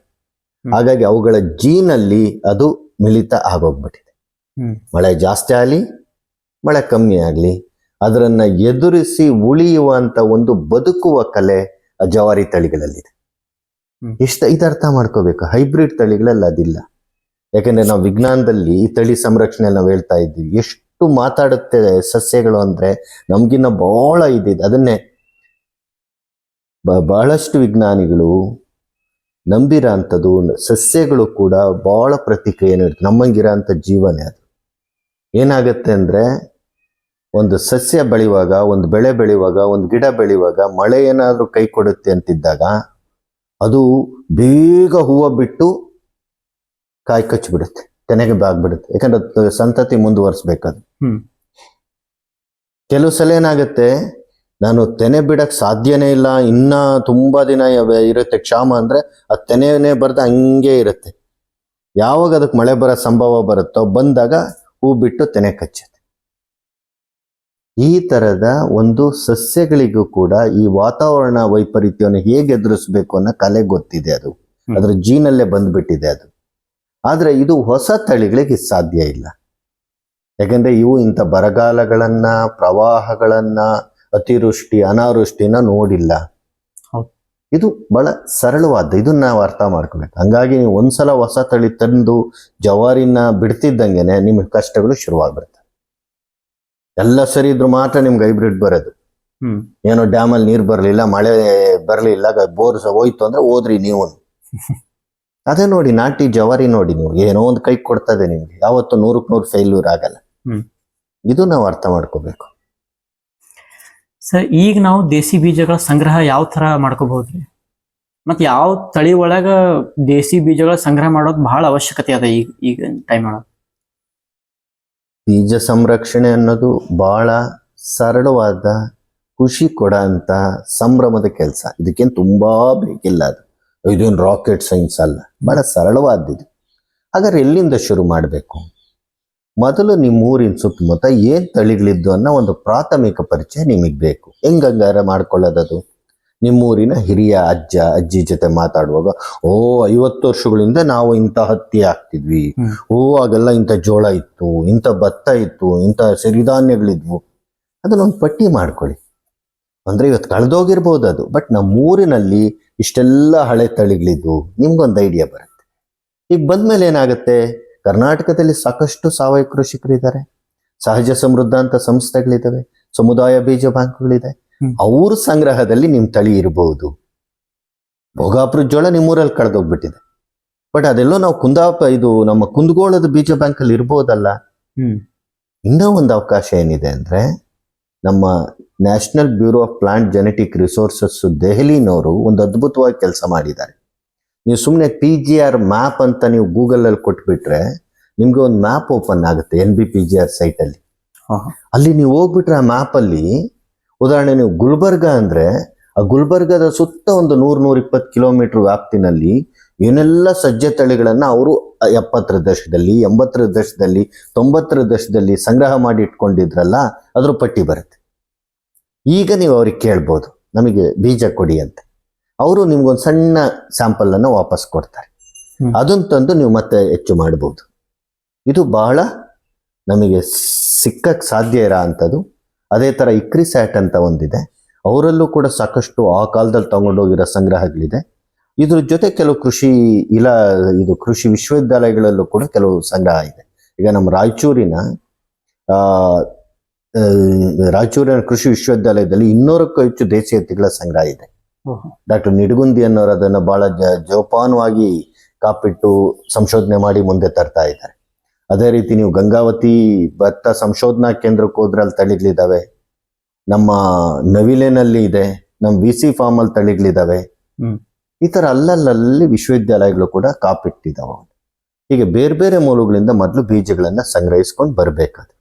ಮತ್ತು ಈಗಂತೂ ಬಹಳ ಸುಲಭ, ಒಂದು ಫೇಸ್ಬುಕ್ಕಲ್ಲಿ ನನಗಿಂತ ತಳಿ ಬೇಕು ಅಂದ್ರೆ ಯಾರೋ ಹೇಳ್ತಾರೆ, ಓ ನನಗೆ ಮರಸಜ್ಜಿ ಬೇಕು, ನಿಮ್ಮಲ್ಲಿ ಇದೆಯಾ? ಯಾರೋ ಆನ್ಸರ್ ಮಾಡ್ತಾರ, ಹಾ ಇದೆ, ಕಳಿಸ್ಲಾ? ಇದನ್ನ ಬಳಸ್ಕೋಬೇಕು ನಾವು. ಇದೆಲ್ಲ ಆಗಿ ಬೀಜಗಳನ್ನು ತಂದ್ಮೇಲೆ ಸಾಮಾನ್ಯವಾಗಿ ಏನು ಅಂದ್ರೆ ಒಂದಿಬ್ರು ಮಾಡಿ ಒಂದು ಚೆನ್ನಾಗಿ ಫಲವತ್ತಾಗಿರೋ ಸಮತಟ್ಟಾಗಿರೋ ಜಾಗದಲ್ಲಿ 2-3 ತಳಿಗಳನ್ನ ನೀವು ಅಲ್ಲಿ ಬಳಸ್ಬೋದು. ಅಕಸ್ಮಾತ್ ನೀವು ಒಂದು 5-6 ಜೋಳ ತಂದ್ರೆ ಅದನ್ನ ಅಲ್ಲಲ್ಲೇ ಹಾಕಿ ಅದನ್ನ ನೋಡ್ಬೇಕದು. ಬಟ್ ಏನು ಅಂದ್ರೆ ಸಾಮಾನ್ಯವಾಗಿ ಒಂದಾಗಬೇಕು. ಕೆಲವು ತಳಿಗಳು ಮಿಕ್ಸ್ ಆಗ್ತವೆ, ಸ್ವಕೀಯ ಪರಾಗಸ್ಪರ್ಶ ಮತ್ತು ಪರಕೀಯ. ಈಗ ಸೂರ್ಯಕಾಂತಿ, ಮುಸ್ಕಿನ ಜೋಳ 2 ತಳಿಗಳನ್ನ ಹತ್ತತ್ರ ಹಾಕ್ದಾಗ ಮಿಕ್ಸ್ ಆಗ್ಬಿಡುತ್ತೆ. ಅರೆ ಭತ್ತ, ರಾಗಿ, ಸಾವಿ, ನವಣೆ ಇವೆಲ್ಲ ಸ್ವಕೀಯ ಪರಾಗಸ್ಪರ್ಶ, ಅವೇನು ಮಿಕ್ಸ್ ಆಗಲ್ಲ. ಸುಮ್ಮನೆ ಮಧ್ಯೆ ಒಂದು 2 ಅಡಿ ಜಾಗ ಕೊಟ್ರೆ ಸಾಕು, ಅವನು ಮಾಡೋದು ಸುಲಭ. ಅರೆ ನೀವು ಟೊಮೊಟೊ, ಬದನೆ ಇಂಥವೆಲ್ಲ ಅರೆ ಪರಕೀಯ, ಒಂದು ಸ್ವಲ್ಪ ಮಿಕ್ಸ್ ಆಗ್ತದೆ ಅದು. ಹಾಗಾಗಿ ಒಂದು ಸಲ ಒಂದು ತಳಿ ಬೆಳೆಯೋದೇ ಒಳ್ಳೆಯದು. 2-3 ತಳಿ ಮಾಡಬೇಕು ಅಂದ್ರೆ ನಿಮ್ಗೆ ತಳಿ ಶುದ್ಧತೆ ಬಗ್ಗೆ ಜ್ಞಾನ ಇರಬೇಕಾಗ್ತದೆ. ಇಲ್ಲಾಂದ್ರೆ ಒಂದಕ್ಕೊಂದು ತಳಿ ಮಿಶ್ರ ಆಗೋಗ್ಬಿಡುತ್ತೆ. ಇದೊಂದು ಎಚ್ಚರಿಕೆ ವಹಿಸ್ಬೇಕು. ಇದೆಲ್ಲ ಮಾಡಿದ್ಮೇಲೆ ನಿಮ್ಮ ಸ್ನೇಹಿತರ ಜೊತೆ ಸೇರಿ ಇಲ್ಲ ನಿಮ್ಮ ವೈಯಕ್ತಿಕ ಮಟ್ಟದಲ್ಲಿ ಒಂದು ಬೀಜ ಬ್ಯಾಂಕನ್ನು ನೀವು ಆರಂಭಿಸ್ಕೋಬಹುದು. ಏನಿದೆ ಹಳೆ ಒಂದಷ್ಟು ಗ್ಲಾಸ್ ಬಾಟ್ಲ್ಗಳಲ್ಲಿ ಆಯಾ ತಳಿಕ್ಕೆ ಒಂದಷ್ಟು ಸ್ಲಿಪ್ ಹಾಕ್ಬಿಟ್ರೆ ನಿಮ್ಮ ಬೀಜ ಬ್ಯಾಂಕ್ ರೆಡಿ. ಇನ್ನೊಂದು ಸ್ವಲ್ಪ ಏನೋ ಮಣ್ಣಿನ ಕುಡಿಕೆಗಳು, ಮಡಿಕೆಗಳು, ಗಳಿಗೆಗಳು ಇಟ್ಬಿಟ್ರೆ ಇನ್ನೂ ಚೆಂದ ಕಾಣ್ತದೆ. ಏನಿಲ್ಲಪ್ಪ ಅಂದ್ರೂ ಕೂಡ ಒಂದು ಚೀಟಿ ಹಾಕ್ಬಿಟ್ಟು ಒಂದು ಗೋಣಿ ತಾಟಲ್ಲಿ ಎತ್ತಿಡ್ಬೋದು. ಅದು ನಿಮ್ಮ ಬೀಜ ಬ್ಯಾಂಕ್. ಅದು ಇಲ್ಲ ಇನ್ನೊಂದು ಸ್ವಲ್ಪ ಚೆಂದ ಮಾಡ್ತೀವಿ ಅಂದ್ರೆ ನೀವು ಪಂಚಾಯತ್ಗೆ ಹೋಗಿ ಕೇಳಿದ್ರೆ ಅದು ಅವ್ರ ಜವಾಬ್ದಾರಿ ಕೂಡ.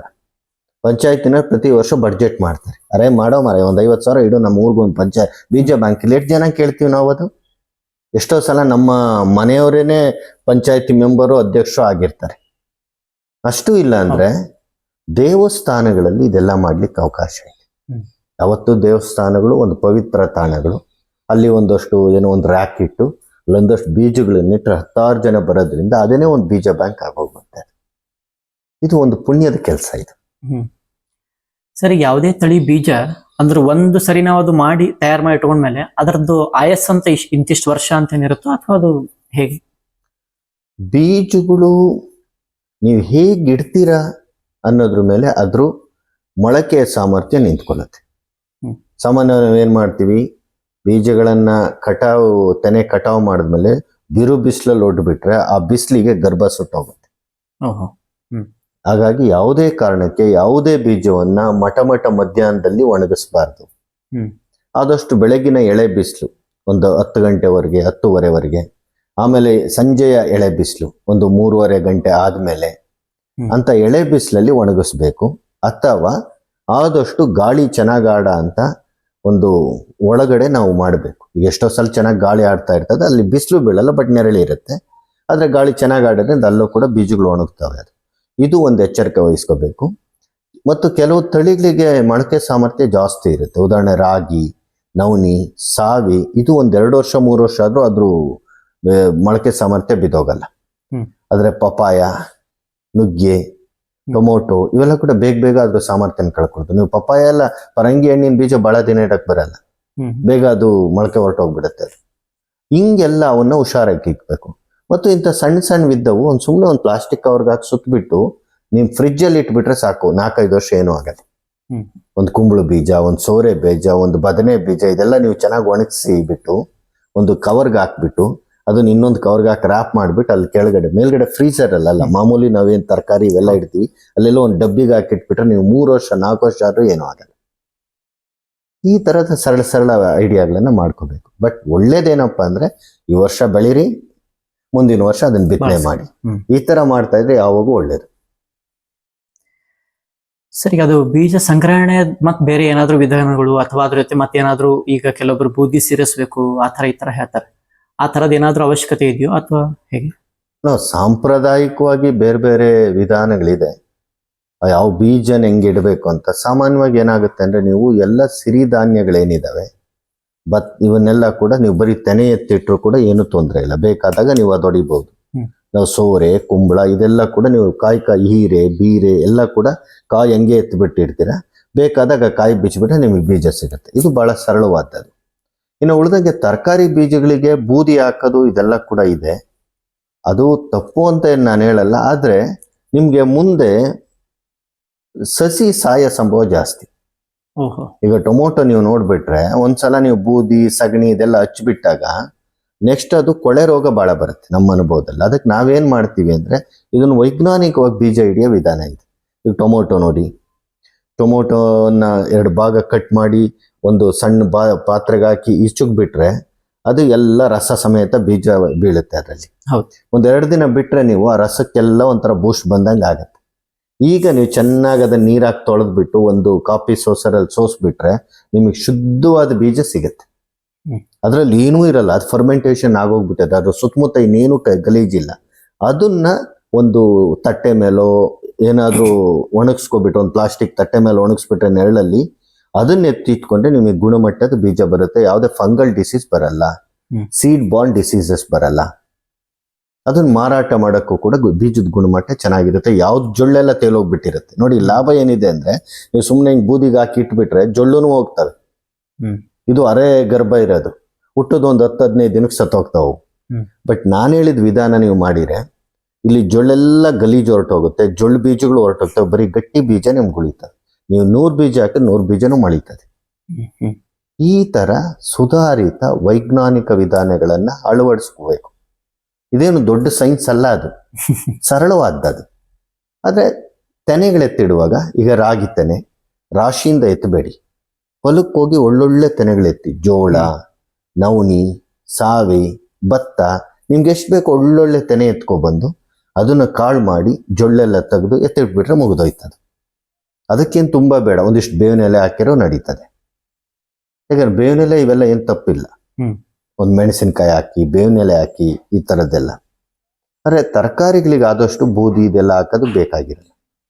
ನಾನು ಹೇಳಿದ್ನಲ್ಲ, ಒಂದು ಜೊಳ್ಳು ಬೀಜ ಹೋಗ್ತವೆ, 2 ಅದು ನಾಳೆ ಕೊಳೆ ರೋಗಗಳು ಬರ್ತದೆ. ಸರ್, ಈಗ ನಮ್ಮ ಒಟ್ಟಾರೆ ನಿರ್ಲಕ್ಷ್ಯದಿಂದ ಯಾವ್ದಾದ್ರೂ ಒಂದು ತಳಿ ಸಂಪೂರ್ಣ ನಾಶ ಆಗಿದ್ದದ್ರಿ, ಅಂದ್ರೆ ಯಾವ್ದೋ ಒಂದು ಬೀಜ ಅಂದ್ರೆ ಈಗ ಉದಾಹರಣೆಗೆ ಅಂದ್ರೆ ಅದು ನಮ್ಗೆ ಈಗ ಸಿಗ್ತಾನೆ ಇಲ್ಲ, ತಳಿಗಳು ಹೋಗ್ಬಿಟ್ಟಿದೆ. ಕಳೆದ 30 ವರ್ಷಗಳಲ್ಲಿ ನಾವು ನೋಡ್ದಂಗೆ, ನಾನು ಆನೇಕಲ್ ಭಾಗದಲ್ಲಿ ಕೆಲಸ ಮಾಡ್ತಾ ಇರುವಾಗ ನೀರು ಮುಳುಗಣ ಭತ್ತ ಅಂತ ಒಂದು ಭತ್ತ ಇತ್ತು. ಇದು 90ರ ದಶಕದ ಮಾತು. ಅವಾಗ ಕೆರೆಗಳು ತುಂಬ್ತಿದ್ವು. ಕೆರೆ ತುಂಬಿದಾಗ ಯಾವಾಗೂ ಆ ಜೌಗುಗಳೆಲ್ಲ ನೀರು ನಿಲ್ತಾ ಇತ್ತು. ನಾನೇ 2 ವರ್ಷ 3 ವರ್ಷ ಭತ್ತನ ಸಂರಕ್ಷಣೆ ಮಾಡಿದ್ದೀನಿ ನಾನು ಗ್ರೀನ್ ಪ್ರತಿಷ್ಠಾನದ ಜೊತೆ ಇದ್ದಾಗ. ನೀರು ಮುಳುಗಣ ಭತ್ತ ಅಂತ ನೀವು ನಂಬಲ್ಲ, ಅದಕ್ಕೆ ನಾವು ಬಿದ್ರು ಕಡ್ಡಿ ನಿಲ್ಸಿ ಸಪೋರ್ಟ್ ಕೊಡ್ತಿದ್ವಿ. ಅಷ್ಟು ಎತ್ತರ ಬೆಳೀತದೆ. ಯಾಕೆಂದ್ರೆ ನೀರೊಳಗೆ ಈಗ ಕೆರೆ ಆ ಕೋಡಿ ಕೆಳಗಡೆ ಯಾವಾಗೂ ನೀರು ನಿಲ್ತಾ ಇರುತ್ತೆ ಆ ಗದ್ದೆಗಳು. ಅದು ಆ ಥರದನ್ನೆಲ್ಲ ಕೂಡ ಇವರು ಇತ್ತದು. ಇವತ್ತು ಆ ತಳಿ ಉಳಿದಿಲ್ಲ. ಅದೇ ರೀತಿ ನೀವು ನೋಡ್ತಾ ಹೋದ್ರೆ ಇವತ್ತು ಸೂರ್ಯಕಾಂತಿ ದೇಸಿ ತಳಿಗಳೇ ಉಳಿದಿಲ್ಲ, ಪರಂಗಿಗಳಲ್ಲಿ ದೇಸಿ ತಳಿಗಳಿಲ್ಲ, ಕಲ್ಲಂಗಡಿನಲ್ಲಿ ದೇಸಿ ತಳಿಗಳಿಲ್ಲ. ಇದೆಲ್ಲ ಕೂಡ ನಾವು ಕಳ್ಕೊಬಿಟ್ಟಿದ್ದೀವಿ. ಹುಡ್ಕಾಡಿ ನೀವು ಕಲ್ಲಂಗಡಿಲಿ ಎಲ್ಲೂ ನಿಮಗೆ ದೇಸಿ ತಳಿ ಸಿಗಲ್ಲ, ಅಂಗಡಿ ತಳಿಗೆ ಹೋಗ್ಬೇಕು. ನಾಟಿ ಪರಂಗಿ ಇಲ್ಲ, ನಾಟಿ ಸೂರ್ಯಕಾಂತಿ ಇಲ್ಲ, ಅಂದ್ರೆ ಈಗ ನಮ್ಮ ಮೆಕ್ಕೆಜೋಳಗಳಿಲ್ಲ. ಈಗ ನಮ್ಮ ಮಧ್ಯೆ ಇರೋದೆಲ್ಲ ಹೈಬ್ರಿಡ್ ತಳಿ, ಎಲ್ಲ ಹೈಬ್ರಿಡ್ ತಳಿಗಳು. ಹುಡುಕೋ ಬನ್ನಿ ನೀವು, ಎಲ್ಲೂ ಕಲ್ಲಂಗಡಿ ಹಣ್ಣು, ಒಂದು ಕಲ್ಲಂಗಡಿ ಹಣ್ಣು ಬೀಜ ಕೊಡಿಸಿ, ಎಲ್ಲೂ ಇಲ್ಲ. ಅಂದರೆ ನಾವೊಂದು ಸ್ವಲ್ಪ ನಿರ್ಲಕ್ಷ್ಯ ತೋರಿರೆ ಏನಾಗುತ್ತೆ ಬಿಡು ಅಂದರೆ ನಮ್ಮ ಮಕ್ಕಳಿಗೆ ಈ ತಳಿಗಳು ಯಾವುದು ಉಳಿಯಲ್ಲ. ಅದು ನಾಳೆ ಭತ್ತಕ್ಕೂ ಬರುತ್ತೆ, ರಾಗಿಗೂ ಬರುತ್ತೆ, ಟೊಮೊಟೊಗೆ ಬಂದುಬಿಟ್ಟಿದೆ, ಬದನೆಗೂ ಬರುತ್ತೆ. ಹಾಗಾಗಿ ಎಷ್ಟು ಸಾಧ್ಯ ಆಯ್ತು ನೀವೇನಾದ್ರು ಬೆಳ್ಕೊಳ್ಳಿ. ಅಟ್ಲೀಸ್ಟ್ ಒಂದು ಸಾಲ ಆದರೂ ನಮ್ಮ ಮನೆ ತಳಿಗಳನ್ನು, ನಮ್ಮ ನಾಡು ತಳಿಗಳನ್ನು, ಜವಾರಿ ತಳಿಗಳನ್ನು ಉಳಿಸೋದು ಬೆಳೆಸೋದು ನಮ್ದೆಲ್ಲರ ಕರ್ತವ್ಯ ಆಗಬೇಕು. ಕೊನೆ ಪಕ್ಷ ಅದನ್ನು ಉಳಿಸ್ಕೊಳ್ಳೋಣ. ನೀವು ಏನು ಒಂದು ಎಕರೆ ಟೊಮೊಟೊ ಹಾಕೋದು ಬೇಡ, ಒಂದು 10 ಗಿಡ ಹಾಕಿ, ಆ ಬೀಜ ನೆತ್ತಿಡಿ, ಒಂದು ಸಾಲು ಯಾವುದೋ ಒಂದು ಜೋಳ ಹಾಕಿ, ನಿಮ್ಮ ಹತ್ರ ಇರೋದು ಕಳಿಬೇಡಿ. ಇದು ಮುಖ್ಯ. ಸರ್, ಈಗ ಏನು ನೀವು ಕೆಲವೊಂದಿಷ್ಟು ಆಲ್ರೆಡಿ ನಮ್ಮಿಂದ ಅದು ಹೋಗಿದೆ ಅಂತ ಹೇಳಿದ್ರಿ. ಈಗ ಅದರಿಂದ ನಾವು ಮತ್ತೆ ಒಂದು ಉತ್ತಮ ತಳಿಯ ದೇಸಿ ಬೀಜಗಳನ್ನ ನಿರ್ಮಾಣ ಮಾಡ್ಕೋಬಹುದಾ? ಈಗ ಅಂದ್ರೆ ಈಗಿರುವಂತ ಪಪಾಯ ಬೀಜಗಳನ್ನೇ ಮತ್ತೆ ಹಾಕಿ ಅದರಿಂದನೇ ಚೆನ್ನಾಗಿ ಬರ್ತಾ ಇರೋದಂತ ತಗೊಂಡು ಆ ಥರ ಒಂದು ಹೊಸ ಒಂದು ತಳಿ ಅಭಿವೃದ್ಧಿ ತರ ದೇಸಿ ಪದ್ಧತಿಯಲ್ಲಿ ಮಾಡ್ಕೋಬಹುದಾ? ಇದು ತುಂಬ ಈಗ ಏನಾಗೋಗಿದೆ ಅಂದರೆ, ಇವತ್ತೇನು ಹೈಬ್ರಿಡ್ ತಳಿಗಳಿದೆ, ಇಲ್ಲ ಅಧಿಕ ಇಳುವರಿ ತಳಿಗಳಿದೆ, ಇದು ಎಲ್ಲದು ನೀವು ತಿಪ್ಪೆನಲ್ಲಿ ಒಂದು ಟೊಮೊಟೊ ಬೆಳೀತದೆ, ಅದನ್ನ ಬೀಜ ಹಿಡಿದು ನೀವು ಮಾಡಕ್ ಬರಲ್ಲ. ಯಾಕೆಂದ್ರೆ ಏನು ಅವರು 2 ತಳಿಗಳ ಸಂಕರಣ ಮಾಡಿದ್ದಾರೆ, ಅದು ಒಂದು 2 ಜನರೇಷನ್ಗೆ ಅದು ಪೇರೆಂಟಲ್ ಅದ್ರ ಮೂಲ ತಳಿಯ ಗುಣಗಳನ್ನು ತೋರ್ಸಕ್ ಶುರು ಮಾಡ್ತಾರೆ. ಅದು ಬ್ಯಾಕ್ ಕ್ರಾಸಿಂಗ್ ಅಂತ ಒಂದು ಪದ್ಧತಿ ಇದೆ, ಅದು ವೈಜ್ಞಾನಿಕವಾಗಿ ವಿಜ್ಞಾನಿಗಳಲ್ಲೂ ಬ್ಯಾಕ್ ಕ್ರಾಸಿಂಗ್ ಹೋಗಿ ಅದನ್ನ ರಿಕವರಿ ಮಾಡ್ಕೊಳ್ಳೋ ಇದೆ. ಆದರೆ ಅದು ಗುಣಮಟ್ಟದದು ಬರುತ್ತೆ ಅನ್ನೋ ಒಂದು ನಂಬಿಕೆ ಇಲ್ಲ. ಅದಕ್ಕೆ ಬದಲು ನೀವು ತಳಿಗಳು ಕಳೆದೋಗ್ದಂಗೆ ಕಾಪಿಟ್ಕೊಳ್ಳೋದು ಜಾಣ್ತಾನ, ಯಾರೋ ಬೇರೆಯವ್ರು ಉಳಿಸಿರೋರ ಹತ್ರ ತಂದು ಬೆಳೆಸೋದು ಜಾಣ್ತಾನೆ. ಈಗ ನೀವು ಬ್ಯಾಕ್ ಕ್ರಾಸಿಂಗ್ ಹೆಂಗೆ ಅಂದರೆ, ನೋಡು ಅವ್ರ ತಾತ ಇದ್ದ ಹಂಗಿದ್ದ ನೀವು ಅಂತೀವಿ. ಹುಟ್ಟ ಮಗು ಇರಬಹುದು, ಇಲ್ಲದೆ ಇರಬಹುದು, ಬಂದೇ ಬರುತ್ತೆ ಅಂತ ಹೇಳಲಿಕ್ಕೆ ಬರಲ್ಲ. ಅವ್ರ ತಾತ ಇದ್ದಂಗೆ ಇರಬಹುದು, 1000ಕ್ಕೊಂದು ಬರುತ್ತಂಗೆ ಬಂದೇ ಬರುತ್ತೆ ಅಂತ ನೀವು ಹೇಳಕ್ ಬರಲ್ಲ. ಹಾಗಾಗಿ ಮತ್ತೆರಡು ಗುಣಮಟ್ಟದ ಬರುತ್ತೆ ಅಂತ ಹೇಳಕ್ಕಾಗಲ್ಲ. ಹಾಗಾಗಿ ಮುಖ್ಯವಾಗಿರೋದೇನು ಅಂದರೆ, ನೀವು ಹೈಬ್ರಿಡ್ ತಳಿಗಳು, ಅಧಿಕ ಇಳುವರಿ ತಳಿಗಳಲ್ಲಿ ತಳಿ ಹುಡುಕೊಳ್ಳೋ ಮೂರ್ಖತನ ಬೇಡ. ಅದಾಗದ ಮಾತದು, ಸುಲಭ ಇಲ್ಲ. ಅದು ಬಂದರೂ ಆ ಗುಣಮಟ್ಟ ನಿಂತ್ಕೊಳ್ಳಲ್ಲ. ಬೆಟರ್ ಅಂದರೆ ಜವಾರಿ ತಳಿಗಳನ್ನ ಹುಡ್ಕಕ್ಕೆ ಶುರು ಮಾಡಿ. ಯಾರೋ ಪುಣ್ಯಾತ್ಮರು ಸಂರಕ್ಷಿಸಿದ್ದಾರೆ, ಅವ್ರ ಹತ್ರ ತಗೊಬನ್ನಿ, ಅದನ್ನು ಉಳಿಸಿ ಬೆಳೆಸಿ. ಅದು ಸುಲಭ ದಾರಿ. ಅಲ್ಲಿ ಯಾವುದೇ ಗುಣಮಟ್ಟ ರಾಜ್ಯ ಆಗಲ್ಲ. ನೀವು 100 ವರ್ಷ ಇಟ್ಟರು ಏನು ಪ್ರಾಬ್ಲಮ್ ಆಗಲ್ಲ. ನೀವು ಹೈಬ್ರಿಡ್ ಇಂದ ತೆಗಿತೀನಿ ಅಂದ್ರೆ ಅದಾಗದ ಮಾತು. ಇದ್ರೂ ಆ ಗುಣಗಳು ಕಾನ್ಸ್ಟೆಂಟ್ ಆಗಿ ನಿಲ್ಲಲ್ಲ. ತಳಿ ವರ್ಷಕ್ಕೆ ಬದಲಾಗತ್ತೆ, ಹೊಂದ್ಕೊಳ್ಳಲ್ಲ ಅವು. ಅದು ಸಮಯ ವ್ಯರ್ಥ. ಸರ್, ಈಗ ನೀವು ಕೂಡ ತುಂಬಾ ವರ್ಷಗಳಿಂದ ಸಹಜ ಸಮೃದ್ಧ ಅಂತ ಹೇಳಿ ಒಂದು ತಂಡ ಕಟ್ಕೊಂಡು ಸಾಕಷ್ಟು ಕೆಲಸ ಮಾಡಿದಿರಿ. ಈಗ ನಿಮ್ ಇಷ್ಟು ವರ್ಷದ ಅನುಭವದಲ್ಲಿ ಯಾವ್ದಾದ್ರು ಒಂದು ವಿಶೇಷ ತಳಿ ಅಂದ್ರೆ ನೀವು ಅದು ಬಹಳ ಕಷ್ಟಪಟ್ಟು ಇಷ್ಟಪಟ್ಟು ಅದನ್ನ ಅಭಿವೃದ್ಧಿ ಪಡಿಸಿದ್ದು ಆ ಥರ ಏನಾದ್ರು? ಬಹಳಷ್ಟಿದೆ. ಒಂದೆರಡು. ಈಗ ನಾವು ಕೊರಲು ಅನ್ನೋದು, ನಾನು ಮೂಲತಃ ಆಂಧ್ರ ಗಡಿ ಭಾಗದಿಂದ ಬಂದಂತ. ಅಲ್ಲಿ ನಮ್ಮ ಮಧುಗಿರಿ, ಪಾವಗಡ, ತೆನಗೊಂಡ, ಹಿಂದೂಪುರು, ಅನಂತಪುರ ಇವೆಲ್ಲ ಕೂಡ ಏನು ರಾಯಲಸೀಮಾ ಏರಿಯಾ ಇದೆ, ಅಲ್ಲಿ ಕೊರಲು ಅಂತ ಒಂದು ಸಿರಿಧಾನ್ಯಗಳನ್ನು ಬೆಳೀತಿದ್ರು. ಆ ಕೊರಲು ಯಾರು ಬೆಳೆಯೋರು? ಯಾವುದೋ ನಿಮ್ಮ ಹೊಲದ ಒಂದು ಮೂಲೆನಲ್ಲಿ ಏನಕ್ಕೂ ಬರಲ್ಲ, ಅಲ್ಲಿ ನೆಲ ಫಲವತ್ತಿಲ್ಲ, ಇನ್ಯಾರೋ ಬಡವರು, ಬಲ್ಲಿದ್ರು, ದಲಿತರು ಅಂತಿಂಥವರೆಲ್ಲ ಬೆಳ್ಕೊಳ್ಳಾರ. ಸುಮ್ಮನೆ ಒಂದು ಸ್ವಲ್ಪ ಬೆಳೆಯೋರು, ಒಂದು 10 ಸೇರು 20 ಸೇರು, ಏನಕ್ಕೆಂದ್ರೆ ಅವ್ರು ರೊಟ್ಟಿ ಮಾಡಕ್ ಬೇಕದು.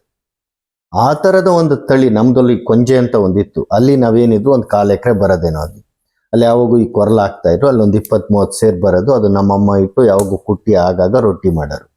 ನನ್ನ ಬಾಲ್ಯದಿಂದಲೂ ಕೂಡ ಕೊರಲನ್ನ ನಾನು ನೋಡ್ತಾ ಬಂದಿದ್ದೆ. ಅದು ರೊಟ್ಟಿಗಳನ್ನು ತಿಂದದ ರೂಢಿ ಇತ್ತು ನನಗೆ. ನಾವು ಈ ಬೀಜ ಸಂರಕ್ಷಣೆ ಕೆಲಸ ಶುರು ಮಾಡಿದಾಗ, ಸಿರಿಧಾನ್ಯಗಳು ಮಿಲ್ಲೆಟ್ಸ್ ಬಗ್ಗೆ ಮಾತಾಡುವಾಗ ಎಲ್ಲೂ ಕೊರಲೇ ಇರಲಿಲ್ಲ. ಇದೇ ನಾವೆಲ್ಲ ಬಾಲ್ಯದಲ್ಲಿ ತಿಂದು ಬಂತ ಕೊರಲು. ನವಣೆ ಮಾತಾಡ್ತಾರೆ, ಸಾವಿ ಮಾತಾಡ್ತಾರೆ, ಬರ್ಗು ಇದೆ, ರಾಗಿ ಇದೆ, ಜೋಳ ಇದೆ. ಹಂಗಾರೆ ನಮ್ ಕೊರಲೇ ಇಲ್ಲ ಇಲ್ಲಿ. ಕೊರಲಿಗೂ ಅದ್ರ ಇಂಗ್ಲಿಷ್ ಹೆಸರು ಕೂಡ ಗೊತ್ತಿಲ್ಲ. ಇಂಡಿಯನ್ ಇನ್ಸ್ಟಿಟ್ಯೂಟ್ ಆಫ್ ಮಿಲೆಟ್ ರಿಸರ್ಚ್ಗೂ ಅಲ್ಲಿ ಯಾರಿಗೂ ಕೊರಲು ಗೊತ್ತಿಲ್ಲ. ಬೆಂಗಳೂರು ಕೃಷಿ ವಿಶ್ವವಿದ್ಯಾಲಯಕ್ಕೆ ಬಂದ್ರೆ ಯಾರು ಕೊರಲು ಬಗ್ಗೆ ಮಾತಾಡೋರಿಲ್ಲ. ನಾವು ಮೊದಲು ಕೊರಲುನ ಮಾತಾಡಕ್ ಶುರು ಮಾಡಿ, ಕೊರಲು ಬೀಜಗಳನ್ನು ತಂದು ಬೆಳೆಸಕ್ ಶುರು ಮಾಡಿ. ಆಗ ನಮ್ಮ ಶಿರಾದ ರಘು ಅನ್ನೋರು ರೊಟ್ಟಿಗಳನ್ನು ಹೆಂಗೆ ಎಷ್ಟು ರುಚಿಕಟ್ಟಾಗಿರುತ್ತೆ ಅಂತ ತೋರ್ಸಕ್ ಶುರು ಮಾಡಿದ್ವಿ. 2006-7ರಲ್ಲಿ ನಾವು ಮೊದಲನೇ ಬಾರಿ ಒಂದು ಬೆಂಗಳೂರು ಕೃಷಿ ವಿಶ್ವವಿದ್ಯಾಲಯದ ಜೊತೆಗೂಡಿ ಒಂದು ಕೊರಲು ಮೇಲೆ ಪುಸ್ತಕ ತಂದ್ವಿ. ಮುಂದೆ ತುಮಕೂರು ವಿಶ್ವವಿದ್ಯಾಲಯದ ಜೊತೆ ಸೇರಿ ಒಂದು ಪುಸ್ತಕ ತಂದ್ವಿ. ಇವತ್ತು ಕೊರಲು ಅನ್ನೋದು ಸಾವಿರಾರು ಎಕರೆನಲ್ಲಿ ಹೋಗುತ್ತೆ. ಕೊರಲು ಅಕ್ಕಿ ಇಲ್ಲದೆ ಇರೋ ಸಾವಯವ ಮೊಳಗೆನೇ ಇಲ್ಲ. ಹಾಗಾಗಿ ಕೊರಲನ್ನ ವಾಪಸ್ ತಂದಿದ್ದು ಒಂದು ಬಹಳ ಸಂತೋಷದಿದು. ಅದೇ ರೀತಿ ನಾವು ಉಂಡೆ ರಾಗಿ ಅಂತ ಹಾವೇರಿ ಭಾಗದಲ್ಲಿ ಒಂದು ಕಣ್ಮರಿ ಆಗ್ತಿದ್ದ ತಳಿನ, ಅದು ತುಂಬಾ ಹೆಸರುವಾಸಿ ಆಗಿದೆ. ಇವತ್ತು ಬಹಳಷ್ಟು ಉಂಡೆ ರಾಗಿ 100 ಎಕರೆನಲ್ಲಿದೆ. ಮತ್ತು ಒಬ್ಬ ರೈತ ಚೆಲ್ಲಮತ್ತು ಅನ್ನೋರೊಬ್ರು ಚಿನ್ನ ಪೊನ್ನಿಯನ್ನ ಒಂದು ತಳಿನ ಅಭಿವೃದ್ಧಿ ಮಾಡಿರು. ಅದನ್ನ ನಾನು 2001ರಲ್ಲಿ ಅವ್ರಿಗೆ ರಾಷ್ಟ್ರಪತಿ ಅವಾರ್ಡ್ ಬಂದಿತ್ತು. ಆ ಸಂದರ್ಭದಲ್ಲಿ ಅವ್ರು ನನಗೆ 10 kg ಗಿಫ್ಟ್ ಕೊಟ್ರು. ವಯ್ಯ ಉಂಗಳಿಗೆ ಕೋಟಿಟ್ ಪೊಂಗ ಅಂತ. ಅದನ್ನ ತಂದು ನಾವು ಬೇರೆ ಬೇರೆ ರೈತರು ಕೊಟ್ಟು ಇವತ್ತು 100 ರೈತರು ಚಿನ್ನ ಪೊನ್ನಿ ಬೆಳೆಸ್ತಾ ಇದ್ದಾರೆ. ಈ ತರದ ಕಣ್ಮರೆಯಾಗಿರೋ ಎಷ್ಟೋ ತಳಿಗಳು. ಅದೇ ನಾನು ಹೇಳ್ತೀನಲ್ಲ, ಎಷ್ಟು ಸಂಭ್ರಮ ಅಂದ್ರೆ ಇದೇ ಪುಣ್ಯದ ಕೆಲಸ. ಅದು ಒಂದು ಅನಾಥ ಮಗುವನ್ನು ನೀವು ಹೆಂಗ್ ಕಾಪಾಡ್ತಿರೋ ಹಂಗೆ ಒಂದು ಅನಾಥ ಬೀಜವನ್ನು ಕಾಪಾಡಿರೆ ಪುಣ್ಯ ನಿಮಗೆ ಬರ್ತದೆ. ಯಾವ್ದಾದ್ರು ವಿಶೇಷ ಹಣ್ಣು, ತರಕಾರಿ ಅಥವಾ ಗೆಡ್ಡೆ ಗೆಣಸು ಈ ತರದ್ದು ಕಳೆದು ಹೋಗಿದ್ದು ಅಥವಾ ಅದು ಅಳಿವಿನಂಚಲ್ಲಿರುವಂತದ್ದು ಅದನ್ನ ಶೇಖರಣೆ ಮಾಡಿದ್ದು ಸರ್? ಗೆಡ್ಡೆ ಗೆಣಸುಗಳದು ಅದ್ಭುತವಾದ ಲೋಕ. ಅದರಲ್ಲಿ ಒಂದ್ಸಲ ಏನಾಗತ್ತೆ ಅಂದ್ರೆ, ನಮ್ಗೊಬ್ರು ಗೆಳೆಯರು ಬಂದಿದ್ರು ನಮ್ಮ ಮನೆಗೆ. ಅವರು ಹೋಗುವಾಗ ನನಗೆ ಸಾಮಾನ್ಯವಾಗಿ ಎಲ್ಲರೂ ನೀವು ವಿಸಿಟಿಂಗ್ ಕಾರ್ಡ್ ಕೊಟ್ಟೋಗೋದೋ ಇಲ್ಲ ಒಂದು ಸ್ವೀಟ್ ಬಾಕ್ಸ್ ಕೊಟ್ಟೋಗೋದೋ ರೂಢಿ. ಇವ್ರೇನಾಯ್ತು, ಅವ್ರು ಹೋಗುವಾಗ ಅವ್ರ ಬ್ಯಾಗಿಂದ ತೆಗೆದು ಒಂದು ಗೆಡ್ಡೆ ಕೊಟ್ರು. ಸರ್, ಇದು ನಾನು ಭದ್ರಾಚಲಂ ಕಾಡಲ್ಲಿ ಸಿಕ್ತು, ನೀವು ಹಾಕಿ ಅಂತ. ಅದನ್ನ ನಾವಿಲ್ಲಿ ನಮ್ಮ ಮನೆ ಪಕ್ಕದಲ್ಲಿ ಹಾಕಿರೋ ಎಲ್ಲ ಬೆಳೆದು ಅದೊಂದು ರೀತಿ ಒಂಥರ ಏನೋ ನಿಂಬೆ ಹೂವಿನ ವಾಸನೆ ತರ ಇರೋ ಅಂತ ಹೂವು ಎಲ್ಲ ಬಿಡ್ತದೆ. ಅದು ಕಟ್ ಮಾಡಿಬಿಟ್ರೆ ಗಾಢವಾದಂತ ನೀಲಿ ಬಣ್ಣ, ಪಾಪಲ್ ಯಾಮ್ ಅಂತ. ಅದ್ರ ಬಗ್ಗೆ ನನ್ಗೇನೂ ಗೊತ್ತಿಲ್ಲ. ಅದನ್ನೆಲ್ಲೋ ನಾನು ಫೇಸ್ಬುಕ್ ಅಲ್ಲಿ ಬರೆದಾಗ ನನ್ನ ಒಂದು ಇಂಡಿಯಾದ ಒಬ್ಬ ಇವ್ರ ಫ್ರೆಂಡು ಫಿಲಿಪೀನ್ಸ್ ಅಲ್ಲಿದ್ರು. ಅವ್ರು ಅದನ್ನ ನೋಡ್ಬಿಟ್ಟು ಅಯ್ಯೋ ಇದು ಉಬ್ಬೆ ಅಂತ, ಸೋ ಪಾಪ್ಯುಲರ್ ಇನ್ ಫಿಲಿಪೀನ್ಸ್ ಅಂತ ಎಲ್ಲ ಹೇಳಿ, ಆಮೇಲೆ ಅದನ್ನ ನೋಡಿ ನಾವು ಅದ್ರ ಬಗ್ಗೆ ಲೇಖನ ಮಾಡಿ ಅದನ್ನ ಜಾಸ್ತಿ ಮಾಡಿ ಆಮೇಲೆ ಗೊತ್ತಾಯ್ತು ಅದು ನಮ್ಮ ನಾಗರಹೊಳೆ ಕಾಡಲ್ಲಿ ನಮ್ಮ ಜೇನುಕರೊಬ್ರು ಇವರೆಲ್ಲ ಉಳಿಸ್ತಾರೆ, ಅದನ್ನ ತಿಂತಾರೆ, ಅದು ಅವರಲ್ಲಿದೆ ನೀಲಿ ಕಾಚಲ್ ಅಂತಾರೆ ಅಂತ. ಹಾಗಾಗಿ ಅದನ್ನ ನಾವು ಅಲ್ಲೋಗಿ ನೋಡ್ಬಿಟ್ರೆ ನೀಲಿ ಕಾಚಲ್ ಕೊಳ್ಳರೇ ಇಲ್ಲ. ಏನೋ ಕೇರಳದವರು ಒಂದಷ್ಟು 20-30 ರೂಪಾಯಿ ಕೊಟ್ಟು ತಗೊಂಡು ಹೋಗ್ತಾ ಇದ್ದಾರೆ. ಹಾಗಾಗಿ ನಾವು ಗೆಡ್ಡೆ ಗೆಣಸು ಮೇಳವನ್ನ ಮೈಸೂರಲ್ಲಿ ಶುರು ಮಾಡಿವಿ. ಅದಾದ್ಮೇಲೆ ಅದನ್ನ 150 ರೂಪಾಯಿಗೆ ಈಗ 1 kg ಗೆಡ್ಡೆ ಹೋಗುತ್ತೆ. ಅದನ್ನು ತುಂಬಾ ಜನ ಉಳಿಸಕ್ ಶುರು ಮಾಡಿದ್ದಾರೆ. ಹಂಗಾಗಿ ಯಾರಿಗೂ ಗೊತ್ತಿಲ್ದಿದ್ದಂತ ಒಂದು ನೀಲಿ ಕಾಚಲ್ ಪರ್ಪಲ್ ಯಾಮನ್ನ ನಾವು ಮುಖ್ಯವಾಹಿನಿಗೆ ತಂದಿದ್ದಂಥದ್ದು ಒಂದು ಹೆಮ್ಮೆ. ಎರಡನೇದು ಈ ಏನು ಹಲಸಿನ ಬೇರೆ ಬೇರೆ ತಳಿಗಳು ನಾವು ಹಲಸು ಮೇಳದ ಮೂಲಕ ಬೆಳಕಿಗೆ ತಂದ್ವಿ. ಅದೇ ರೀತಿ ನಾವು ಸೊಪ್ಪು ಮೇಳದ ಮೂಲಕ ಬಹಳಷ್ಟು ಬೆರಕೆ ಸೊಪ್ಪುಗಳ ಕಲ್ಪನೆಯನ್ನ ಜನಕ್ಕೆ ತಂದ್ವಿ. ಈಗ ಬಹಳಷ್ಟು ಕಳೆ ಗಿಡ ಅಂದ್ಕೊಂಡಿದ್ದನ್ನ ಈಗ ಬೆಳೆಯಕ್ಕೆ ಜನ ಬೀಜಗಳು ತಗೊಂಡೋಗ್ತಾರೆ. ಅದು ಬಹಳ ವಾಪಸ್ ಬಂತದು. ಮತ್ತು ಇನ್ನೊಂದು ಮುಖ್ಯವಾಗಿ ಈ ಏರಿಯಲ್ ಪೊಟ್ಯಾಟೊ ಅಂತ, ಬಳ್ಳಿ ಬಟಾಟೆ, ಬಳ್ಳಿ ಆಲೂಗೆಡ್ಡೆ, ಅದು ಯಾರಿಗೂ ಗೊತ್ತಿರಲಿಲ್ಲ. ಅದು ನಮ್ಗೆಲ್ಲೋ ಆಕಸ್ಮಿಕವಾಗಿ ಎಲ್ಲೋ ಸಿಕ್ಕಿ ಅದನ್ನ ನಾವು ಇವತ್ತು ಸಾವಿರಾರು ಜನ ಅದನ್ನ ಬೆಳೆಸ್ಕೊಳ್ತಾರೆ, ಮನೇಲಿ ಬೆಳೀತಾರೆ. ಈ ಥರದ್ದೆಲ್ಲ ತುಂಬಾ ಗೆಡ್ಡೆ ಗೆಣಸುಗಳು ವಾಪಸ್ ಬಂದ್ವು. ಈ ಥರದ ತುಂಬಾ ಕಥನಗಳಿದೆ. ಈಗ ಯಾರಾದ್ರೂ ಒಬ್ಬ ವಿಶೇಷ ರೈತರು ಅಂದ್ರೆ ಈ ತರದ್ದು ಒಂದು 100 ವರ್ಷಗಳಿಂದ ಅವ್ರ ಮನೆಯಲ್ಲಿ ಸಂಗ್ರಹ ಮಾಡಿ ಇಟ್ಕೊಂಡ್ ಬಂದಿದ್ದು ಅದು ಅವರಿಗೆ ಗೊತ್ತಿರ್ಲಿಲ್ಲೋ ಅಥವಾ ಗೊತ್ತಿತ್ತು, ಆಮೇಲೆ ಅದು ಮುನ್ನೆಲೆಗೆ ಬಂದು ಅದು ಸಾರ್ವಜನಿಕರಿಗೆ ಈಗ ಲಭ್ಯ ಇರುವಂತದ್ದು ಯಾವ್ದಾದ್ರು ಒಂದು ವಿಶೇಷ ತಳಿ? ಈಗ ಆ ಥರದ್ದು ನಾವು ನೋಡಕ್ ಹೋದ್ರೆ, ನಾವು ಹಾವೇರಿ ಭಾಗದಲ್ಲಿ ಒಂದು ಉಂಡೆ ರಾಗಿ ಅಂತಿತ್ತು. ಅಲ್ಲಿ ನಮ್ಮ ಶ್ರೇಣಿಕರಾಜು ಮತ್ತು ಮೂಕಪ್ಪ ಪೂಜಾರ್ ಅಂತ ಏನಿದ್ರು ಅವರೆಲ್ಲ ಕೂಡ ಗುಳಿ ರಾಗಿ ಪದ್ಧತಿಲಿ ಅವ್ರನ್ನ ಏನೋ ಒಂದು 4-5 ಜನ ಅವ್ರ ಊರಲ್ಲಿ ಉಳಿಸ್ಕೊಳ್ತಾ ಇದ್ರು. ಅವ್ರು ಯಾವುದೋ ಒಂದು ಸಂದರ್ಭದಲ್ಲಿ ನಮಗೆ ಪರಿಚಯ ಆಗಿ ನಮ್ಗೆ ಗುಳಿ ರಾಗಿ ಬಗ್ಗೆ ಬಹಳ ಆಸಕ್ತಿ ಇತ್ತು. ಯಾಕೆಂದ್ರೆ ನೀವು ದೇಸಿ ಬೀಜ ಬಳಸಿ ಹೆಚ್ಚಿನ ಇಳುವರಿ, ಹೈಬ್ರಿಡ್ಗಿನ್ನ ಹೈ ಈಲ್ಡಿಂಗ್ ವೆರೈಟಿಗಿನ್ನ ಜಾಸ್ತಿ. ನೀವೇನಿರೋ ನೀರು ಕೊಟ್ಟು ಗೊಬ್ಬರ ಕೊಟ್ಟು 15 ಕ್ವಿಂಟಾಲ್ ಬರಲ್ಲ. ಇಲ್ಲಿ ಏನು ಇಲ್ಲದೆ ಬರೀ ಕೊಟ್ಟಿಗೆ ಗೊಬ್ಬರ ಹಾಕಿ ನಾಟಿ ದೇಸಿ ಬೀಜ ಹಾಕಿ 20 ಕ್ವಿಂಟಾಲ್ ಬರುತ್ತೆ. ಅದು ನಮಗೆ ದಾಖಲಾತಿ ಆಸಕ್ತಿ ಇತ್ತು. ಆ ಮೂಲಕ ನೋಡ್ತಾ ಅದು ಆ ಗುಳಿ ರಾಗಿ ಪದ್ಧತಿ ಕೂಡ ಜನಪ್ರಿಯ ಆಯಿತು, ರಾಗಿ ಕೂಡ ಜನಪ್ರಿಯ ಆಯಿತು. ಮೂಕಪ್ಪ ಪೂಜಾರ್ ಅಂತ ಏನ ಗುಳಿ ರಾಗಿ ಉಂಡೆ ರಾಗಿ ಉಳಿಸ್ತಾ ಇದ್ರಲ್ಲ, ಅವ್ರಿಗೆ ರಾಜ್ಯೋತ್ಸವ ಪ್ರಶಸ್ತಿ ಕೂಡ ಸಿಕ್ತು. ಅಂದ್ರೆ ಒಬ್ಬರ ಎಲೆ ಮರೆಯ ಬೇಲಿ ಮೇಲಿನ ಹೂ ಕೂಡ ಒಂದು ರಾಜ್ಯೋತ್ಸವ ಪ್ರಶಸ್ತಿಗೆ ಬರೋ ಅಂತ ಒಂದು ಅವಕಾಶ ಆಯ್ತದು. ಈ ಥರದ್ದಾಗಿದೆ. ಮತ್ತು ಇಲ್ಲಿ ನಾವು ಪಿರಿಯಾಪಟ್ಟಣದ ಕಣಗಾಲಲ್ಲಿ ನಮ್ಮ ಪದ್ಮಾವತಮ್ಮ ಅಂತಿದ್ದಾರೆ, ಬೀಜದ ಪದ್ಮಮ್ಮ ಅಂತ. ಆ ಪದ್ಮಮ್ಮನ ಹತ್ರ ಎಷ್ಟೆಷ್ಟೋ ಬೀಜಗಳಿದೆ.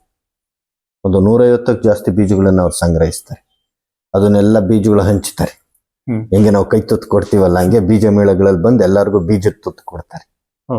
ಇದು ಅವ್ರು ಉಳಿಸ್ಕೊಂಡಿರೋ ಬೀಜಗಳನ್ನ ಕಳಿಸ ಅಂತದ್ದು. ಈ ತರದ ಬೀಜ ಮಾತೆಯರು ಹಳ್ಳಹಳ್ಳಿಗೂ ಉಟ್ಕೋಬೇಕು. ಸರ್, ಈಗ ನೀವು ಪ್ರತಿ ವರ್ಷ ಸುಮಾರಷ್ಟು ಮೇಳಗಳ ಮಾಡ್ತೀರಿ. ಅದರಲ್ಲಿ ಸ್ಪೆಷಲಿ ಬೀಜಗಳ ಮೇಳ ಆಗಿರಬಹುದು, ಹಲಸು ಮೇಳ ಆಗಿರ್ಬೋದು, ಮಾವು ಮೇಳ ಆಗಿರ್ಬೋದು, ಬಾಳೆ ಮೇಳ ಆಗಿರ್ಬೋದು, ಮತ್ತು ಇನ್ನೂ ಸುಮಾರಷ್ಟು ಮೇಳಗಳ ನಡೆಸ್ತೀರಿ. ಈಗ ಇದರಿಂದ ಒಂದು ಸದೃಢ ಸಮಾಜ ಅಂತೂ ನಿರ್ಮಾಣ ಆಗ್ತಾ ಇದೆ. ಮತ್ತೆ ಈಗೆಲ್ಲೋ ಅಸ್ಸಾಂನಲ್ಲಿ ಇದ್ದಂಥ ಬೀಜದ ತಳಿ ಇಲ್ಲಿ ನಮಗೆ ಸಿಗ್ತಾ ಇದೆ. ನಮ್ಮ ತಳಿ ಮತ್ತೆ ಬೇರೆ ಬೇರೆ ಕಡೆ ಹೋಗ್ತಾ ಇದೆ. ಸೊ ಒಟ್ಟಾರೆ ಈ ಥರ ನೀವು ಏನು ಈ ಒಂದು ಮೇಳಗಳು ಮಾಡ್ತೀರಿ. ಈ ಮೇಳಗಳು ಮಾಡಬೇಕು ಅಂತ ನೀವು ಮೊದಲು ಯಾಕೆ ಒಂದು ಪರಿಕಲ್ಪನೆ ಶುರುವಾಗಿದ್ದು ಯಾವ ಥರ?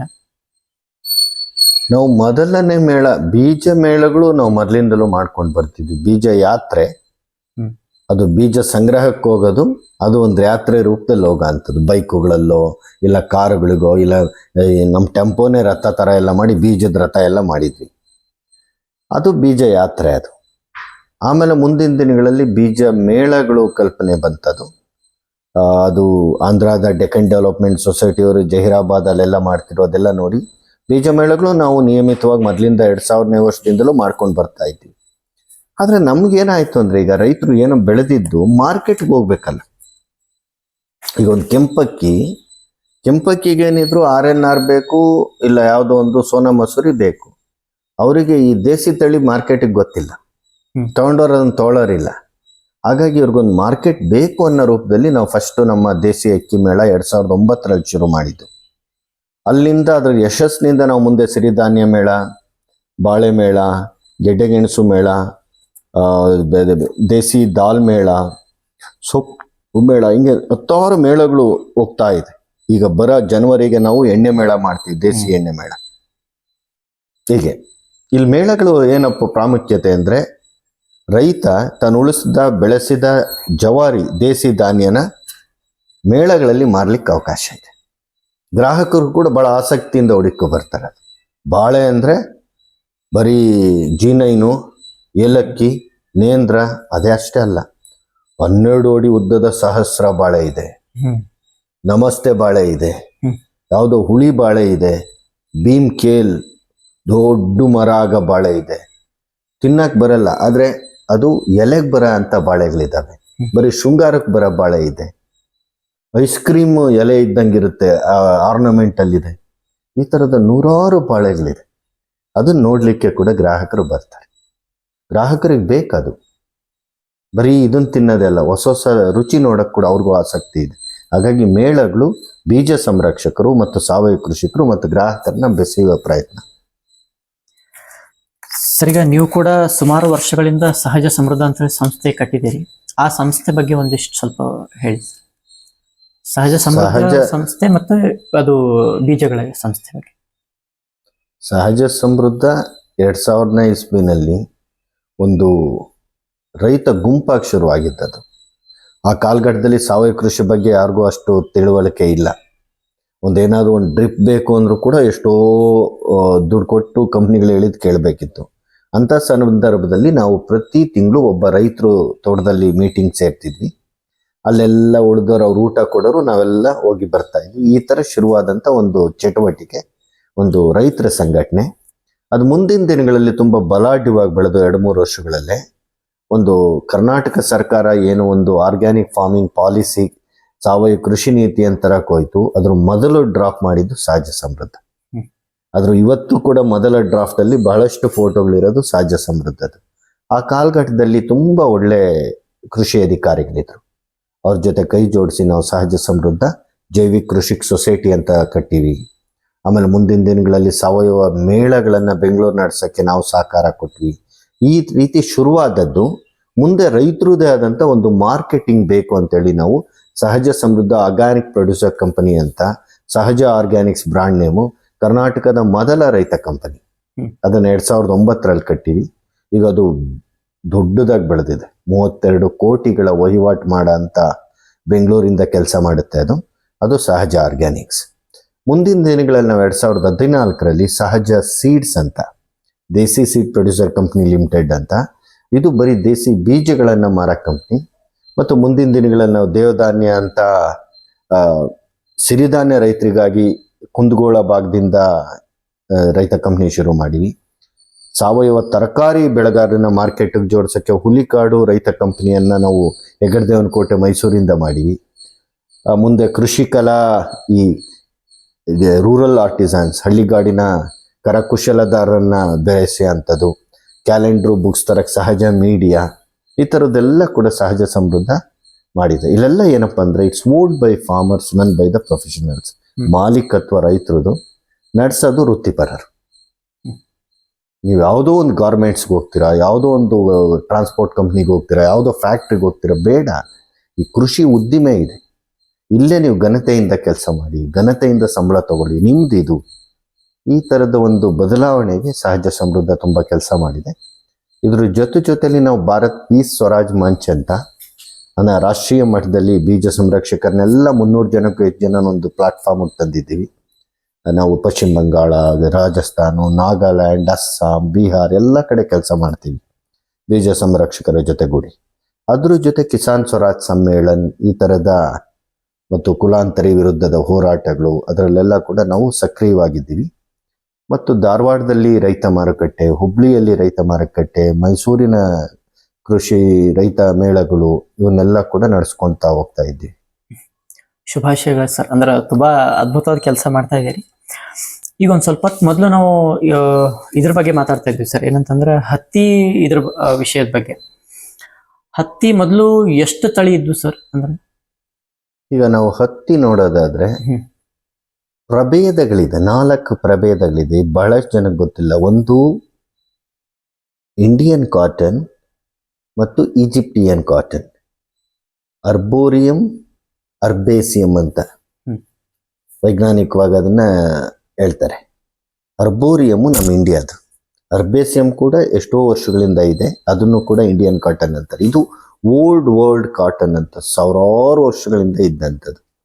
ನ್ಯೂ ವರ್ಲ್ಡ್ ಕಾಟನ್ ಅನ್ನೋದು ಬರ್ಬಡೆನ್ಸ್ ಅಂತ ಸೌತ್ ಅಮೇರಿಕನ್ ಕಾಟನ್, ಹಿರುಸುಟಮ್ ಅಂತ ಅಮೇರಿಕನ್ ಕಾಟನ್. ಅಂದರೆ Indian cotton, Egyptian cotton, south American cotton, American cotton. American and south American cotton ಹೊಸ ಕಾಲ್ ಬೆಡ್ತವೆ. ಈಗ ಒಂದು 400-500 ವರ್ಷದಿಂದ ಅವು ಗೊತ್ತಾಗಿರೋದು. ಬಟ್ ನಮ್ಮ ಇಂಡಿಯನ್ ಮತ್ತು ಈಜಿಪ್ಟಿಯನ್ ಕಾಟನ್ ಸಾವಿರಾರು ವರ್ಷಗಳಿಂದ ಇತ್ತು. ಗಾಜಾಯಿಂದ ಹಿಡಿದು ನಮ್ಮ ಮಸ್ಲಿನ್ ಕ್ಲಾತ್ವರೆಗೂ ತುಂಬ ಒಣಭೂಮಿನಲ್ಲಿ ಬೆಳೀತದೆ. ಅದರಲ್ಲಿ ನಮ್ಮ ಇಂಡಿಯನ್ ಕಾಟನ್ ಅಂತೂ ನೇಕಾರಿಕೆಯಲ್ಲಿ ದೊಡ್ಡ ಹೆಸರು. ನೀವು ನೋಡೋದಾದ್ರೆ ಎಷ್ಟೋ ತಳಿಗಳಿದ್ವು ಅದರಲ್ಲಿ. ರೋಜಿ ಅಂತ ಇತ್ತು, ಬೆಂಗಾಲ್ ದೇಸಿ, ನಮ್ಮ ಪಂಡ್ರಾಪುರ ಕಾಟನ್ನು, ಆಮೇಲೆ ಶ್ರೀ ಹತ್ತಿ, ಆಮೇಲೆ ಇದರಲ್ಲಿ ಕಾಲ ಕಪಾಸು, ಈ ಥರ ತುಂಬ ಇತ್ತದು.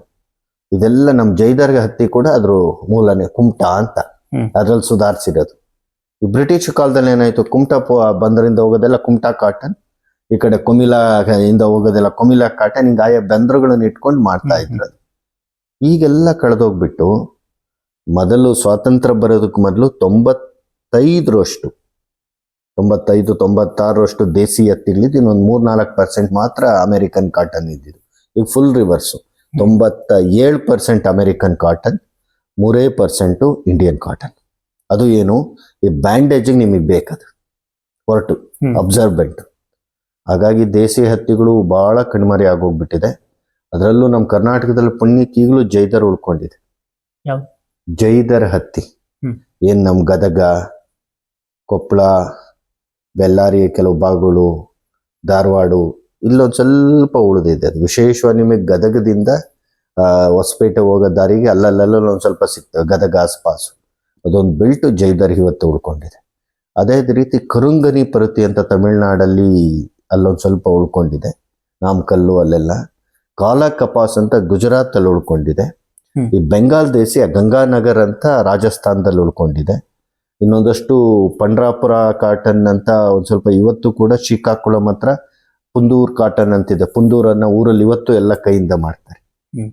ಇದು ತುಂಬಾ ಅಲ್ಲಲ್ಲಿ ಇದೆ, ಬಹಳ ಕಡಿಮೆ ಅದು. ಈಗ ನಾನೇನು ಇಲ್ಲಿ ತೊಟ್ಟಿದ್ದೀನಿ, ಇದು ದೇಸಿ ಹತ್ತಿ. ಹ್ಮ್. ದೇಸಿ ಹತ್ತಿಯನ್ನ ಫುಲ್ ಕೈಯಲ್ಲಿ ಮಾಡಿರೋಂಥದ್ದು. ಇಲ್ಲಿರೋ ನ್ಯಾಚುರಲ್ ಕಲರು. ಇದನ್ನ ತುಲಾ ಅಂತ ಒಂದು ಚೆನ್ನೈನ ಒಂದು ಕಂಪ್ನಿ, ಹ್ಮ್. ಅದು ಲಾಭದ ಉದ್ದೇಶ ಇಲ್ಲದೆ ಇರೋವಂಥ ಒಂದು ಕಂಪನಿ ಈ ಬಟ್ಟೆಗಳನ್ನ ಮಾಡ್ತದೆ. ತುಲಾ ಅಂತ ಅದು. ಹ್ಮ್. ಈ ತರದ ದೇಸಿ ಹತ್ತಿಗಳು ಇವತ್ತು ಹೆಚ್ಚು ಕಡಿಮೆ ಎಲ್ಲ ಕಣ್ಮರೆ ಆಗೋಗ್ಬಿಟ್ಟಿದೆ. ಇದ್ರ ಜೊತೆ ಬಣ್ಣದ ಹತ್ತಿಗಳಿದ್ವು. ಹ್ಮ್. ಒಂದು ರೀತಿ ಬ್ರೌನ್ ಕಾಟನ್ ಇತ್ತು, ಒಂಥರ ಕಾಕಿ ಕಾಟನ್ ಇತ್ತು, ಒಂಥರ ಪೇಲ್ ಗ್ರೀನ್ ಎಲ್ಲ ಇತ್ತು. ಅವೆಲ್ಲ ಕೂಡ ಇವತ್ತು ನಾಶದ ಅಂಚಲ್ಲಿದ್ದಾವೆ. ನಿಮಗೆ ಬೀಜ ಸಿಕ್ಕದೆ ಕಷ್ಟ ಅದು. ಈಗ ಅದು ಯಾವ ಪ್ರಾಂತಗಳು ಇನ್ನೂ ಎಲ್ಲಾದ್ರೂ ಸ್ವಲ್ಪ ಆದ್ರೂ ಸಿಗ್ಬೋದು ಸರ್ ಆ ಥರದ ತಳಿಗಳು? ಇದು ತಳಿಗಳು ನಾನು ಹೇಳಿನಲ್ಲ, ಒಂದು ನಮ್ಮ ರಾಯಚೂರು ಕೃಷಿ ವಿಶ್ವವಿದ್ಯಾಲಯ ಬೀಜಗಳ ಸಂಗ್ರಹ ಇಟ್ಕೊಂಡಿದೆ.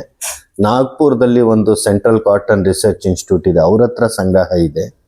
ಅದು ಬಿಟ್ರೆ ಅದು ರೈತರ ಮಟ್ಟದಲ್ಲಿ ಬೆಳೀತಾ ಇರೋದು ಬಹಳ ಕಡಿಮೆ. ಜೈದರ ಹತ್ತಿ ವರ್ಷದಿಂದ ವರ್ಷಕ್ಕೆ ಕುಸಿತಾ ಇದೆ.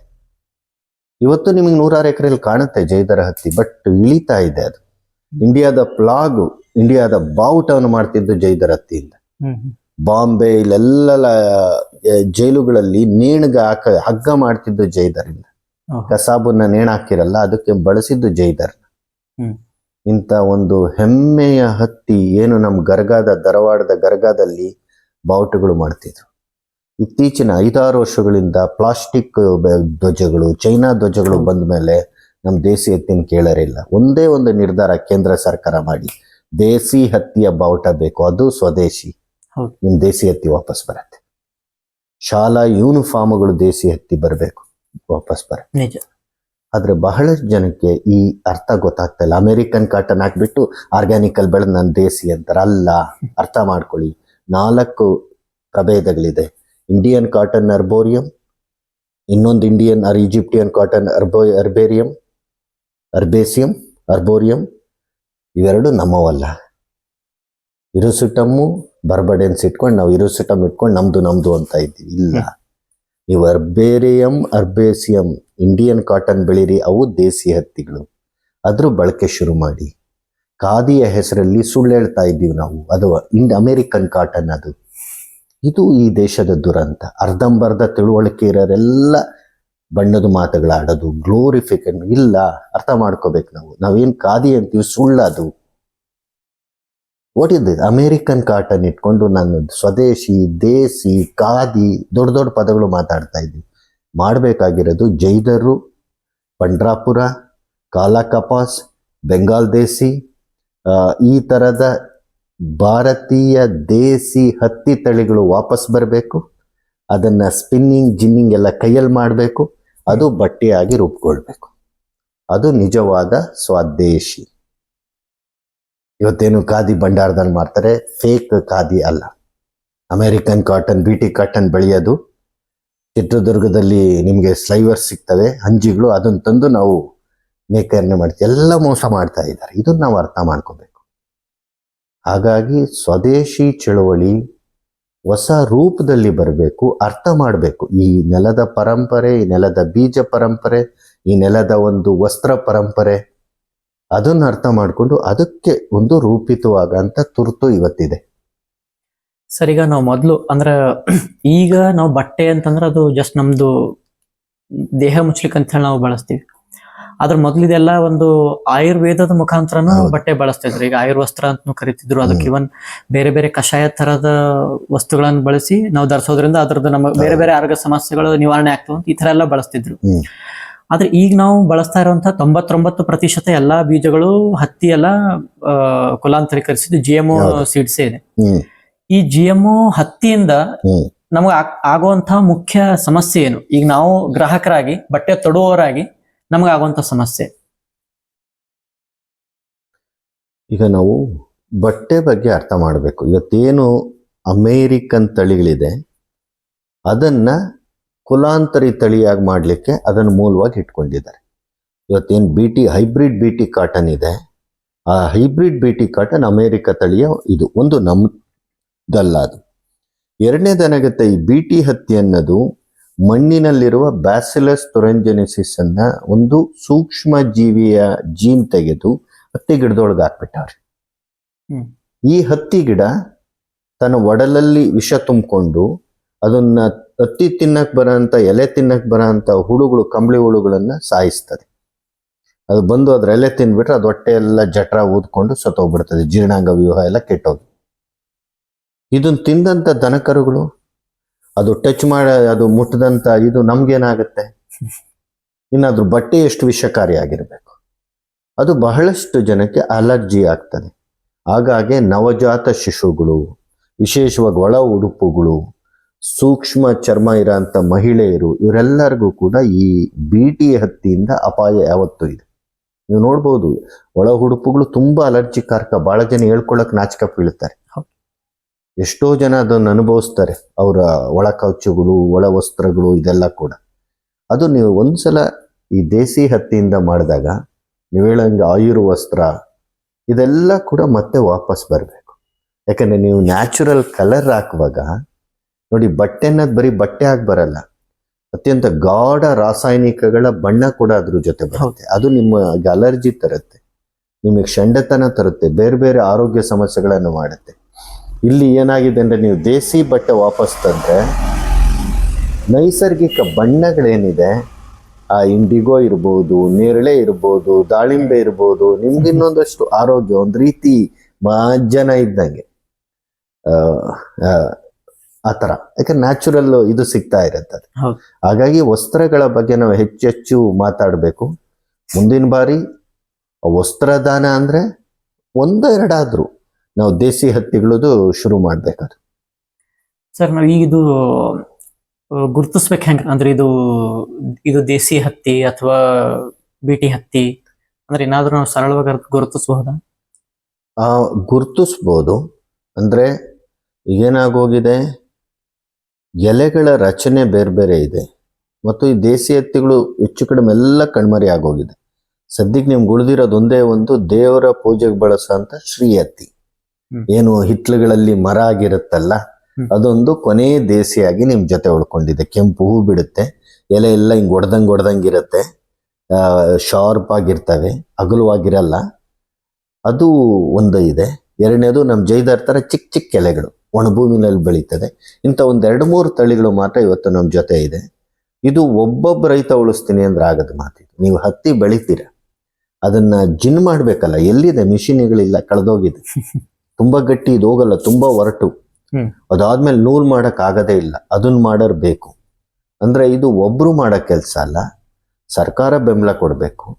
ಒಂದಷ್ಟು ರೈತರು ಒಂದು ದೇಸಿ ಹತ್ತಿ ಬೆಳೆಗಾರರ ಸಂಘ ಮಾಡಿಕೊಂಡು ಒಂದು 25, 30, 50 ಎಕರೆನಲ್ಲಿ ಬೆಳೆದು ಅದನ್ನ ಜಿನ್ ಮಾಡಿಸಿ, ಅದನ್ನ ಮಾಡಿ ನೂಲ್ ರೂಪಕ್ಕೆ ತಂದ್ರೆ ಮುಂದೇನು ಶ್ರಮ ಇಲ್ಲ, ಯಾರು ಬೇಕಾದ್ರೂ ಮಾಡ್ತಾರೆ.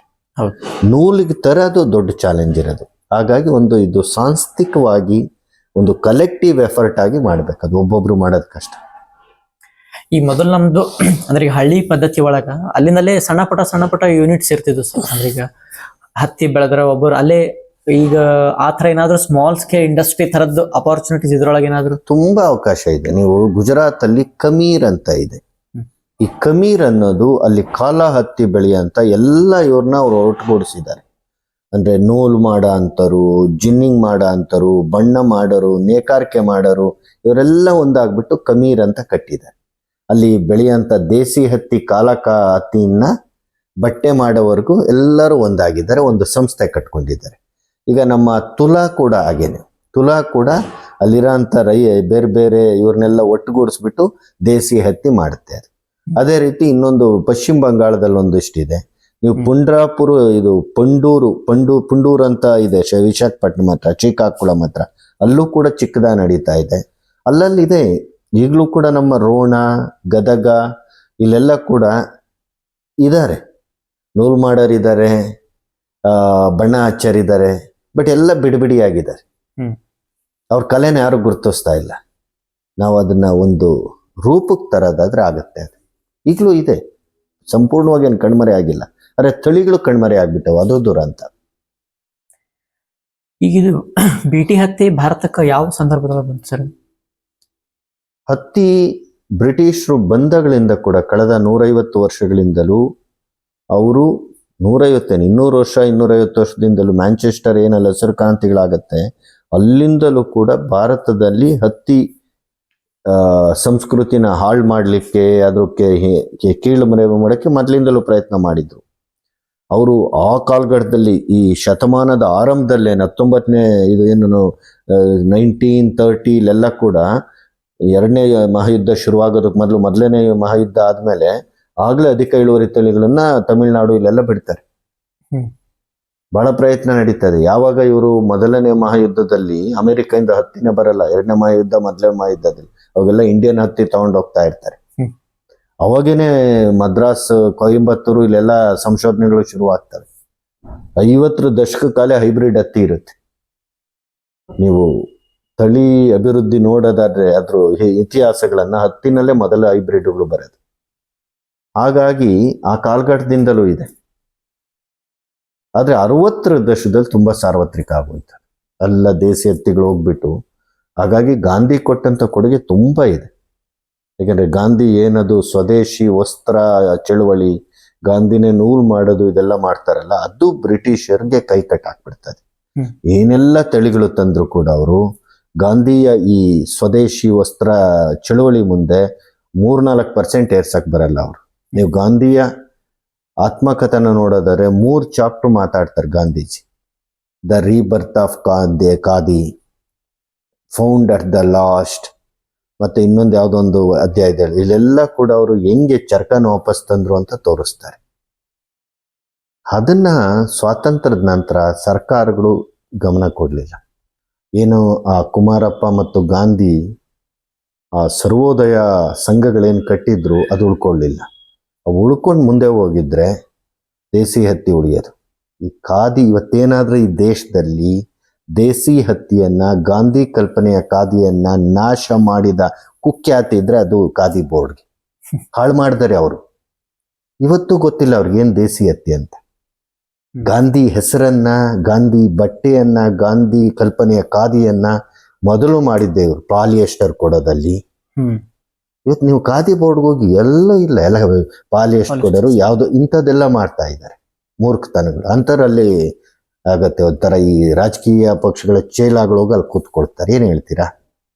ಇನ್ನು ಅದು ರಾಜಕಾರಣಿಗಳಿಗೆ ಒಂದು ಜುಬ್ಬಗಳು ಬೇಕಾದ್ರು, ಏನೋ ಒಂದು ಜುಬ್ಬ, ಬಿಳಿ ಜುಬ್ಬ ಹಾಗಾಗೋಗಿದೆ. ಇದು ದುರಂತ. ಸರ್, ಈಗ ಈ ಥರದ್ದೇ ಇವೆಲ್ಲ GMO ಸೀಡ್ಸ್ ಥರದ್ದು ಇದು ಇದೆ.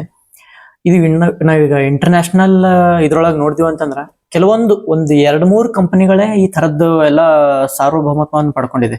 ಈಗ ಉದಾಹರಣೆಗೆ ನಾವು ಮಾನ್ಸೆಂಟೋ, ಬಾಯರ್ ಅಂತ ಈ ಥರದ್ದೇನು ಕಂಪನಿಗಳು ನೋಡ್ತೀವಿ. ಈ ಥರದ್ದೇ ಅಷ್ಟೇ ಕಂಪನಿಗಳು ಅದ್ರ ಮೇಲೆ ಹಿಡಿತ ಹೊಂದಿದ್ದಿದೆ. ಸೊ ಈಗ ಯಾವಾಗ್ಲೂ ಒಂದು ಸಿಂಗಲ್ ಮೊನೋಪೊಲಿ ಆಗೋದ್ರಿಂದ ಇಡೀ ಸಮಾಜಕ್ಕೆ ಬಹಳಷ್ಟು ಸಮಸ್ಯೆ ಇದೆ. ಅದ್ರ ಬಗ್ಗೆ ತಾವೇನು ಹೇಳ್ತೀರಿ ಸರ್? ಈಗ ಕೃಷಿ ಅನ್ನೋದು ಇಟ್ಸ್ ಎ ಸ್ಟೇಟ್ ಸಬ್ಜೆಕ್ಟ್. ಅದು ಕೇಂದ್ರ ಸರ್ಕಾರದ್ದಲ್ಲ. ರಾಜ್ಯ ಸರ್ಕಾರಗಳು ಕೃಷಿ ನೀತಿಯನ್ನು ರೂಪಿಸ್ಬೇಕದು. ಬಟ್ ಈಗಿನ ನೀವು ಬದಲಾವಣೆಗಳನ್ನು ನೋಡೋದಾದ್ರೆ ಕೆಲವೇ ಕಂಪನಿಗಳು ಇಡೀ ಕೃಷಿಯನ್ನ ತಮ್ಮ ಕಪಿಮುಷ್ಟಿಲಿ ಇಟ್ಕೊಂಡಿದೆ. ಮೊದಲಾದ್ರೆ ಬೀಜಕ್ಕೊಂದು ಕಂಪ್ನಿ, ಔಷಧಿಗೊಂದು ಕಂಪ್ನಿ, ಗೊಬ್ಬರಕ್ಕೊಂದು ಕಂಪ್ನಿ ಇತ್ತು. ಇಲ್ಲ, ಈಗ ಯಾವುದೋ ಒಂದು ಬಲಾಢ್ಯ ಕಂಪನಿ ಎಲ್ಲವನ್ನ ಕೊಂಡ್ಕೊಂಡು ತನ್ನ ಕಪಿಮುಷ್ಟಿಯಲ್ಲಿ ಇಟ್ಕೊಳ್ತಾ ಇದೆ. ಬೀಜ ಕೂಡ ಕಂಪ್ನಿನೇ, ಗೊಬ್ಬರನೂ ಮಾರುತ್ತೆ, ಔಷಧಿನೂ ಮಾರುತ್ತೆ. ಮಾರುಕಟ್ಟೆಗಳನ್ನು ಸೃಷ್ಟಿ ಮಾಡ್ಕೊಳ್ತಾ ಇದೆ. ಇದು ದುರಂತ. ಅಂದ್ರೆ ರೈತ ಏನಿದ್ರು ಕೂಡ ಒಬ್ಬ ಪಾರಿಚಾರಿಕ, ಒಬ್ಬ ಲೇಬರ್ ಅಷ್ಟೇ. ಅವನೇನೋ ಬೀಜ ತರಬೇಕು, ಎಲ್ಲ ಕೂಡ ರೊಕ್ಕ ಕೊಟ್ಟು ತಂದು ಅವರೇ ಸೃಷ್ಟಿ ಮಾಡಿರೋ ಮಾರ್ಕೆಟ್ಗೆ ಅವರೇ ಇಳಿದ ಬೆಲೆಗೆ ಕೊಡಬೇಕದು. ನಮ್ಮಲ್ಲಿಗೇನೂ ಸ್ವಾತಂತ್ರ್ಯ ಉಳಿದಿಲ್ಲ ಈ ರೀತಿ. ಯಾಕಂದ್ರೆ ಕಂಪನಿಗಳ ಅಬ್ಬರದ ಪ್ರಚಾರ, ರಾಜಕಾರಣಿಗಳನ್ನ ಓಲೈಸೋದು, ಚುನಾವಣೆಗೆ ಎಷ್ಟು ಬೇಕೋ ಅಷ್ಟು ಫಂಡ್ ಕೊಡೋದು, ಅದೆಲ್ಲ ತಾಕತ್ತಿರೋದ್ರಿಂದ ರೈತರ ಹಿತಾಸಕ್ತಿಯನ್ನ ಯಾರು ನೋಡ್ತಾ ಇಲ್ಲ. ಗ್ರಾಹಕರ ಆರೋಗ್ಯದ ಬಗ್ಗೆ ಯಾರು ಗಮನ ಹರಿಸ್ತಾ ಇಲ್ಲ. ಹಾಗಾಗಿ ಇಲ್ಲಿರೋದು ಒಂದೇ ಪರಿಹಾರ, ಗ್ರಾಹಕರೇ ಎಚ್ಚರಗೊಳ್ಳಿ, ರೈತರೇ ಜಾಗೃತರಾಗಿ. ಬಿಡಿ ಗ್ರಾಹಕರ ಜಿಪಣತನ, ಕುಡಿ 4 ಕಾಸು ಜಾಸ್ತಿ, ರೈತರೇ ಇನ್ನೋಗೆ ಯಾವುದೋ ಒಂದು ಕಂಪ್ನಿಗಳಿಗೆ ದುಡಿಯೋದು ಇಷ್ಟು ಮಾಡ್ತೀನಿ ಅನ್ನೋ ಭ್ರಮೆ ಬಿಡಿ. ವಿಷಮುಕ್ತ ಬೆಳಿರಿ, ಸ್ವದೇಶಿ ಬೆಳಿರಿ, ದೇಸಿ ಬೆಳಿರಿ. ಬದಲಾವಣೆ ಸಾಧ್ಯ ಇರೋದು ಇವರಿಬ್ಬರ ಶಕ್ತಿಯಿಂದ ಮಾತ್ರ. ಗ್ರಾಹಕ ಮತ್ತು ರೈತ ಇಬ್ಬರು ಒಂದಾದರೆ ಈ ಕಂಪ್ನಿಗಳು ನೋಡಿಸ್ಬೋದು. ಇಲ್ಲ ಅಂದರೆ ನೀವು ರಾಜಕಾರಣಿಗಳನ್ನು ನಂಬಿರೆ, ಸರ್ಕಾರಗಳನ್ನು ನಂಬಿರೆ, ಧರ್ಮ, ದೇವರು, ಜಾತಿ, ಭ್ರಮೆಗಳನ್ನು ನಂಬಿರೆ ಬದಲಾವಣೆ ಸಾಧ್ಯ ಇಲ್ಲ. ಸಾಧ್ಯ ಇರೋದೊಂದೇ ಗ್ರಾಹಕರ ಆರೋಗ್ಯ, ರೈತನ ಹಿತಾಸಕ್ತಿ. ರೈತನಿಗೆ ರೊಕ್ಕ ಮತ್ತು ನೆಮ್ಮದಿ ಬೇಕು, ಗ್ರಾಹಕರಿಗೆ ಆರೋಗ್ಯ ಬೇಕು. ನಾವಿಬ್ಬರೂ ಒಂದಾದರೆ ಸಮೃದ್ಧಿ. ಅದು ಆರ್ಥಿಕ ಸಮೃದ್ಧಿ, ಅದು ಆರೋಗ್ಯ ಸಮೃದ್ಧಿ, ಅದು ದೇಶದ ಸಮೃದ್ಧಿ. ಈಗ ಭಾರತದೊಳಗೆ ಯಾವ್ಯಾವ GMO ಸೀಡ್ಸ್ ಅದಾವ ಸರ್? ಅಂದ್ರೆ ಹತ್ತಿ ಅಷ್ಟೇನಾ ಅಥವಾ ಅದು ಬಿಟ್ಟು ಮತ್ತೆ ಬೇರೆ ಬೇರೆ ಯಾವ್ದಾದ್ರು? ಭಾರತದಲ್ಲಿ BT ಬದನೆಯ ನಂತರ ಏನೊಂದು ಮಾರಟೋರಿಯಂ ಏನಿದೆ, ಒಂದು ನಿಷೇಧ ಏನೇರಿದೆ, ಅದ್ರ ಪ್ರಕಾರ ಯಾವುದೇ ಆಹಾರ ತಳಿಗಳು ವಾಣಿಜ್ಯವಾಗಿ ಬೆಳೆಯುವಂಥ ಅವಕಾಶ ಇಲ್ಲ. BT ಹತ್ತಿ ಮಾತ್ರ ಇದೆ. ಆದರೆ ಸಂಶೋಧನೆಗಳು ನಡೀತಾ ಇದೆ. ಕುಲಾಂತರಿ ಸಾಸಿವೆ, ಕುಲಾಂತರಿ ಮೆಕ್ಕೆಜೋಳ, ಕುಲಾಂತರಿ ಹತ್ತಿ, ಇದೆಲ್ಲ ಬೇರೆ ಬೇರೆ ಬರ್ತಾ ಇದೆ. ಇತ್ತೀಚೆಗೆ ಏನು ICRನವರು ಬಿಡುಗಡೆ ಮಾಡಿದ್ದಾರೆ ಕೆಲವು ಭತ್ತದ ತಳಿಗಳು, ಅದು ಹಿಂಬಾಗ್ಲಿಂದ ಬರೋ ಅಂತ, ಅಂದರೆ ಪ್ರಾಣಿಯ ಜೀನ್ ಅದರಲ್ಲಿಲ್ಲ, ಆದರೆ ಬೇರೆ ಬೇರೆ ಸಸ್ಯಗಳ ಜೀನನ್ನೆಲ್ಲ ಸೇರಿಸಿ ಅವರು ಒಂದಷ್ಟು ಕುಲಾಂತರಿ ಮಾಡಿದ್ದಾರೆ ಅನ್ನೋದನ್ನ ಕುಲಾಂತರಿ ಮುಕ್ತ ಹೋರಾಟಗಾರರು ಅಪವಾದ ಮಾಡ್ತಾ ಇದ್ದಾರೆ. ಅದು ಚರ್ಚೆಗಳು ನಡೀತಾ ಇದೆ. ಅದು ಅಂದರೆ ನೇರ ಕುಲಾಂತರಿ ಇಲ್ಲದೆ ಅಡ್ಡದಾರಿ ಹಿಡಿದು ತಳಿಗಳು ಬಿಡುಗಡೆ ಆಗ್ತಾ ಇದೆ. ಆದರೆ ನಮಗೆ ಗೊತ್ತಿಲ್ಲ. ಬಾಂಗ್ಲಾದೇಶದಲ್ಲಿ BT ಬದನೆ ಬಂದಿದೆ. ಬಾಂಗ್ಲಾದೇಶದ ರಾಜಕೀಯ ಪರಿಸ್ಥಿತಿ ನಿಮಗೆ ಗೊತ್ತಿದೆ. ಗಡಿಗಳು ಭದ್ರ ಇಲ್ಲ. ಅಲ್ಲಿಂದ ಅಲ್ಲೇ ತೂರು ಬಿಟ್ಟು ಒಳಗಡೆ ಬದನೆ ಬಂದಿದ್ದಾವೆ BT ಬದನೆ ಅಂತ ಒಂದು ಗುಮಾನಿ ಇದೆ, ಒಂದು ಭಯನೂ ಇದೆ. ನಮಗೆ ಗೊತ್ತಿಲ್ಲ ಅದು. ಯಾಕೆಂದರೆ ಇಲ್ಲಿ ಯಾವುದೇ ಒಂದು ತಳಿ ನಿಮ್ಮದು BT ಕುಲಾಂತರಿ ಅಂತಂದರೆ ಇಮಿಡಿಯೇಟಾಗಿ ಹೋಗಿ ಚೆಕ್ ಮಾಡುವಂಥ ಅವಕಾಶ ನಮ್ಮಲ್ಲಿ ಇಲ್ಲ. ಇಂಥ ಒಂದು ಅಪಾಯ ಇದೆ. ಅದು ಸದ್ಯಕ್ಕಂತೂ ಆಹಾರ ಬೆಳೆಗಳಲ್ಲಿ ಕುಲಾಂತರಿ ಇಲ್ಲ. ಸರ್, ಈಗ ನಾವು ವಿಜ್ಞಾನಿಗಳ ಹೆಸರಿನಲ್ಲಿ ನೋಡುವಂಥ ವಿಜ್ಞಾನಿಗಳು ಅವರು ಕೃಷಿಯನ್ನು ಅಭಿವೃದ್ಧಿ ಪಡಿಸಿದ್ಕಿಂತ ಅದನ್ನು ಹಾಳು ಮಾಡಿದ್ದೇ ಜಾಸ್ತಿ. ಅದ್ರ ಮೊದಲಿಂದ ಮೂಲವಾಗಿ ಕೃಷಿ ವಿಜ್ಞಾನಿಗಳಂತ ಅನ್ಸ್ಕೊಂಡಿದ್ದು ರೈತರು ಅನ್ಸ್ಕೊಂಡಿದ್ರು. ಈಗ ರೈತರೇ ಸುಮಾರಷ್ಟು ಕೆಲಸ ಮಾಡಿ ಈಗಿರುವಂಥ ವಿಜ್ಞಾನಿಗಳು ಅವರು ನೆಲನೂ ನೋಡಿರೋದಿಲ್ಲ. ಅವ್ರು ರೈತರಿಗೆ ಅಡ್ವೈಸ್ ಮಾಡ್ತಾ ಇರ್ತಾರೆ ಬಂದು. ಈ ಮೂಲವಾಗಿ ಕೃಷಿಯ ಮಾಡ್ತಾ ಇರೋಂಥ ವ್ಯಕ್ತಿನೇ, ರೈತನೇ ವಿಜ್ಞಾನಿಯಾಗಿ ಕೆಲಸ ಮಾಡಿದಂಥದ್ದು ಸುಮಾರಷ್ಟಿದೆ. ಈಗ ಅವರು ಅಭಿವೃದ್ಧಿ ಪಡಿಸಿದಂಥ ಯಾವುದಾದ್ರೂ ತಳಿಗಳು, ಬೀಜಗಳು ಮತ್ತು ಅವ್ರು ಮಾಡಿದಂಥ ಅಮೂಲ್ಯ ಕೆಲಸಗಳು ಒಂದಿಷ್ಟು ಹಂಚ್ಕೊಳ್ಳಿ. ರೈತರೇ ನಿಜವಾದ ವಿಜ್ಞಾನಿಗಳು. ಯಾಕೆಂದ್ರೆ ಅವರು ಹೊಲದಲ್ಲಿ ಇಡೀ ದಿನ ದುಡಿಯೋದ್ರಿಂದ ಯಾವ ತೆನೆ ಚೆನ್ನಾಗಿದೆ, ಯಾವ ತಳಿ ಬಾಗಿದೆ, ಯಾವ್ದು ರುಚಿ ಇದೆ, ಒಟ್ಟಾರೆ ಅದನ್ನು ಸಮಗ್ರವಾಗಿ ನೋಡೋಕೆ ಒಂದು ಅವಕಾಶ ಇದೆ. ಅದು ಯಾಕೆಂದರೆ ಅವರು ಹೊಲ ಗದ್ದೆನೇ ಅವರ ಪ್ರಯೋಗಶಾಲೆಗಳು. ಮತ್ತು ಒಬ್ಬ ರೈತಲ್ಲ, ಇಡೀ ಕುಟುಂಬ ಗಮನಿಸ್ತದೋ ಇದ್ರ ರುಚಿ ಭಾಳ ಚೆನ್ನಾಗಿದೆ ಹಿಂಗೆ. ಮತ್ತು ಅದು ತಲೆಮಾರುಗಳಿಂದಂತ ಬಂದಂಥ ಒಂದು ಜ್ಞಾನ ಕೂಡ ಅದ್ರ ಜೊತೆ ಇರುತ್ತೆ. ಹಾಗಾಗಿ ರೈತರು ಯಾವುದೋ ಒಂದು ತಳಿ ಆಯ್ಕೆಯನ್ನು ಮಾಡಿದರೆ ಅದು ಹೆಚ್ಚು ವಾಸ್ತವವಾಗಿರುತ್ತೆ. ಯಾಕಂದರೆ ಅವ್ರೇನು PhDಗಾಗಲಿ ಪ್ರಮೋಷನ್ಗಾಗಿ ಮಾಡ್ತಾ ಇಲ್ಲ, ಅವರ ಉಳಿವಿಗಾಗಿ ಮಾಡ್ತಾ ಇದ್ದಾರೆ. ಅವ್ರ ಕುಟುಂಬದ ಆಹಾರ ಭದ್ರತೆಗಾಗಿ, ಆರ್ಥಿಕ ಭದ್ರತೆಗಾಗಿ ಮಾಡ್ತಾ ಇದ್ದಾರೆ. ಹಾಗಾಗಿ ಹೆಚ್ಚು ಪ್ರಸ್ತುತವಾಗಿದೆ. ಅದು ಯಾವತ್ತೂ ಕೂಡ ರೈತರ ತಳಿಗಳು, ರೈತರು ಅಭಿವೃದ್ಧಿಪಡಿಸಿದ ತಳಿಗಳು ಶಾಶ್ವತವಾಗಿ ಉಳಿತವೆ. ಹೆಮ್ಮೆ ಅಂದರೆ ಕರ್ನಾಟಕದಲ್ಲೂ ಕೂಡ ಇಂಥ ಫಾರ್ಮರ್ ಬ್ರೀಡರ್ಸ್ ಇದ್ದಾರೆ, ರೈತ ವಿಜ್ಞಾನಿಗಳಿದ್ದಾರೆ. ನಮ್ಮ ಚನ್ನಪಟ್ಟಣದ ಲಿಂಗಮಾದಯ್ಯ ಅನ್ನೋರು ಒಂದು ಮೈಸೂರು ಮಲ್ಲಿಗೆಯನ್ನು ಭತ್ತ ಮಾಡ್ತಾರೆ, ಗಿಡ್ಡ ತಳಿ, ಅಧಿಕ ಇಳುವರಿ. ಅದೇ ರೀತಿ ನಮ್ಮ ಮಂಡ್ಯದ ಬೋರೇಗೌಡರು ಸಿದ್ಧ ಸಣ್ಣ ಅಂತ ಒಂದು ತಳಿ ಮಾಡಿದ್ದಾರೆ. ಸೋನಾ ಮಸೂರಿಗಿನ ಚೆನ್ನಾಗಿರುತ್ತೆ ಆ ತಳಿ. ಆಂಧ್ರದಲ್ಲೆಲ್ಲ ಭಾಳ ಫೇಮಸ್. ನಿಮ್ಗೆ ಆಲ್ರೆಡಿ ಆನ್ಲೈನ್ ಮಾರ್ಕೆಟಲ್ಲೂ ಬಂದ್ಬಿಟ್ಟಿದೆ ಅದು. ಮತ್ತೆ ಒಂದು ನಮ್ಮ ಟಿ ನರಸೀಪುರದ ನಮ್ಮ ಶಂಕರ್ ಗುರು ಅನ್ನೋ ರೈತರು ಒಂದು NMS2 ಅಂತ ಒಂದು ತಳಿ ಬಿಡುಗಡೆ ಮಾಡಿದ್ದಾರೆ. ಅದು ಕೂಡ ದಿನನಿತ್ಯದ ಇದಕ್ಕೆ ಬರೋ ಅಂಥದ್ದು. ಇದ್ರ ಜೊತೆ ಕಿರಗಾವಲಿನ ಸೈಯದ್ ಗನೀಕಾರ್ ಅವರು, ನಮ್ಮ ಹರಿಹರದ ಆಂಜನೇಯ ಅವರೆಲ್ಲ ಕೂಡ ತಳಿಗಳನ್ನು ಬಿಡುಗಡೆ ಮಾಡಿದ್ದಾರೆ. ಈ ಹೆಮ್ಮೆ ಅಂದರೆ ಈ ಎಲ್ಲ ತಳಿಗಳಿಗೆ ಕೂಡ ರಾಷ್ಟ್ರಪತಿ ಪ್ರಶಸ್ತಿ ಸಿಕ್ಕಿದೆ, ಪುರಸ್ಕಾರ ಸಿಕ್ಕಿದೆ. ಇದನ್ನು ಜನ ಬಳಸ್ತಾ ಇದ್ದಾರೆ. ಇದು ನಮ್ಮ ಕರ್ನಾಟಕದಲ್ಲಿ. ಅದ್ರ ಜೊತೆಲಿ ಬೇರೆ ಬೇರೆ ರಾಜ್ಯಗಳಲ್ಲಿ ಕೂಡ ಬಹಳಷ್ಟು ಒಳ್ಳೆ ತಳಿಗಳು ಇದೆ. ಈಗ HMT ಏನು ರಾಮ್ಜಿ ಕೋಬ್ರಾಗಡೆ ಅಂತ ಮಹಾರಾಷ್ಟ್ರದವ್ರು ಮಾಡಿರು, ಆ ತಳಿ ಬಹಳ ಚೆನ್ನಾಗಿದೆ. ಅದು ಈ ಥರದ ತಳಿಗಳು ಹೆಚ್ಚು ವಾಸ್ತವವಾಗಿ ರೈತರಿಗೆ ಬಹಳ, ಇದು ಗ್ರಾಹಕರಿಗೂ ಇಷ್ಟ ಆಗಿರೋ ಅಂಥದ್ದು. ಇಂಥ ತಳಿಗಳನ್ನು ಸರ್ಕಾರ ಬಿಡುಗಡೆ ಮಾಡೋ ಅಂತ ಕೆಲಸ ಮಾಡಬೇಕು. ಅಂದರೆ ರೈತರಿಗೆ ಅದು ಬೀಜಗಳು ಸುಲಭನಾಗಿ ಲಭ್ಯ ಇರಂಗೆ ಆಗ್ಬೇಕದು. ಅದು ಆಗಬೇಕಾಗಿರೋ ಕೆಲಸ. ಒಟ್ಟಿನಲ್ಲಿ ಏನು ಅಂದರೆ ಕರ್ನಾಟಕದ ರೈತರು ಭಾಳ ಉತ್ಕೃಷ್ಟ ತಳಿಗಳನ್ನು ಬಿಡುಗಡೆ ಮಾಡಿದರೆ ಅದು ಭಾಳ ಜನಪ್ರಿಯ ಆಗಿದ್ದಾವೆ. ಈಗ ಅದು ಹೆಚ್ಚೆಚ್ಚು ಮತ್ತಷ್ಟು ಜನಪ್ರಿಯ ಮಾಡೋ ಅಂಥದ್ದು, ಅದ್ರ ಬೀಜಗಳು ಲಭ್ಯ ಆಗೋಂಥ ಕೆಲಸನ ಸರ್ಕಾರ ಮಾಡಬೇಕಾಗಿದೆ. ಏನು ಕರ್ನಾಟಕ ಸರ್ಕಾರ 5 ಕೋಟಿ ರೂಪಾಯಿಗಳನ್ನು ಸಮುದಾಯದ ಬೀಜ ಬ್ಯಾಂಕ್ಗಳಿಗೆ ಅಂತ ಎತ್ತಿಟ್ಟಿದೆ. ಅದು ಹಣ ಸದುಪಯೋಗ ಬೇಕಾಗಿರೋದು ಇಂಥ ತಳಿಗಳನ್ನು, ಪೊಟೆನ್ಷಿಯಲ್ ವೆರೈಟೀಸ್ ಅಂತ ನಾವೇನು ರಾಜಮೋದಿ, ಕರಿಕಡ್ಡಿ ರಾಗಿ, ಭೋಗಾಪುರ ಜೋಳ ಇಂಥವೆಲ್ಲ ಏನಿದೆ ಅದರ ಒಂದು ಜನಪ್ರಿಯ ಮಾಡೋಕ್ಕೆ ಬೀಜದ ಲಭ್ಯತೆ ಆಗಬೇಕು.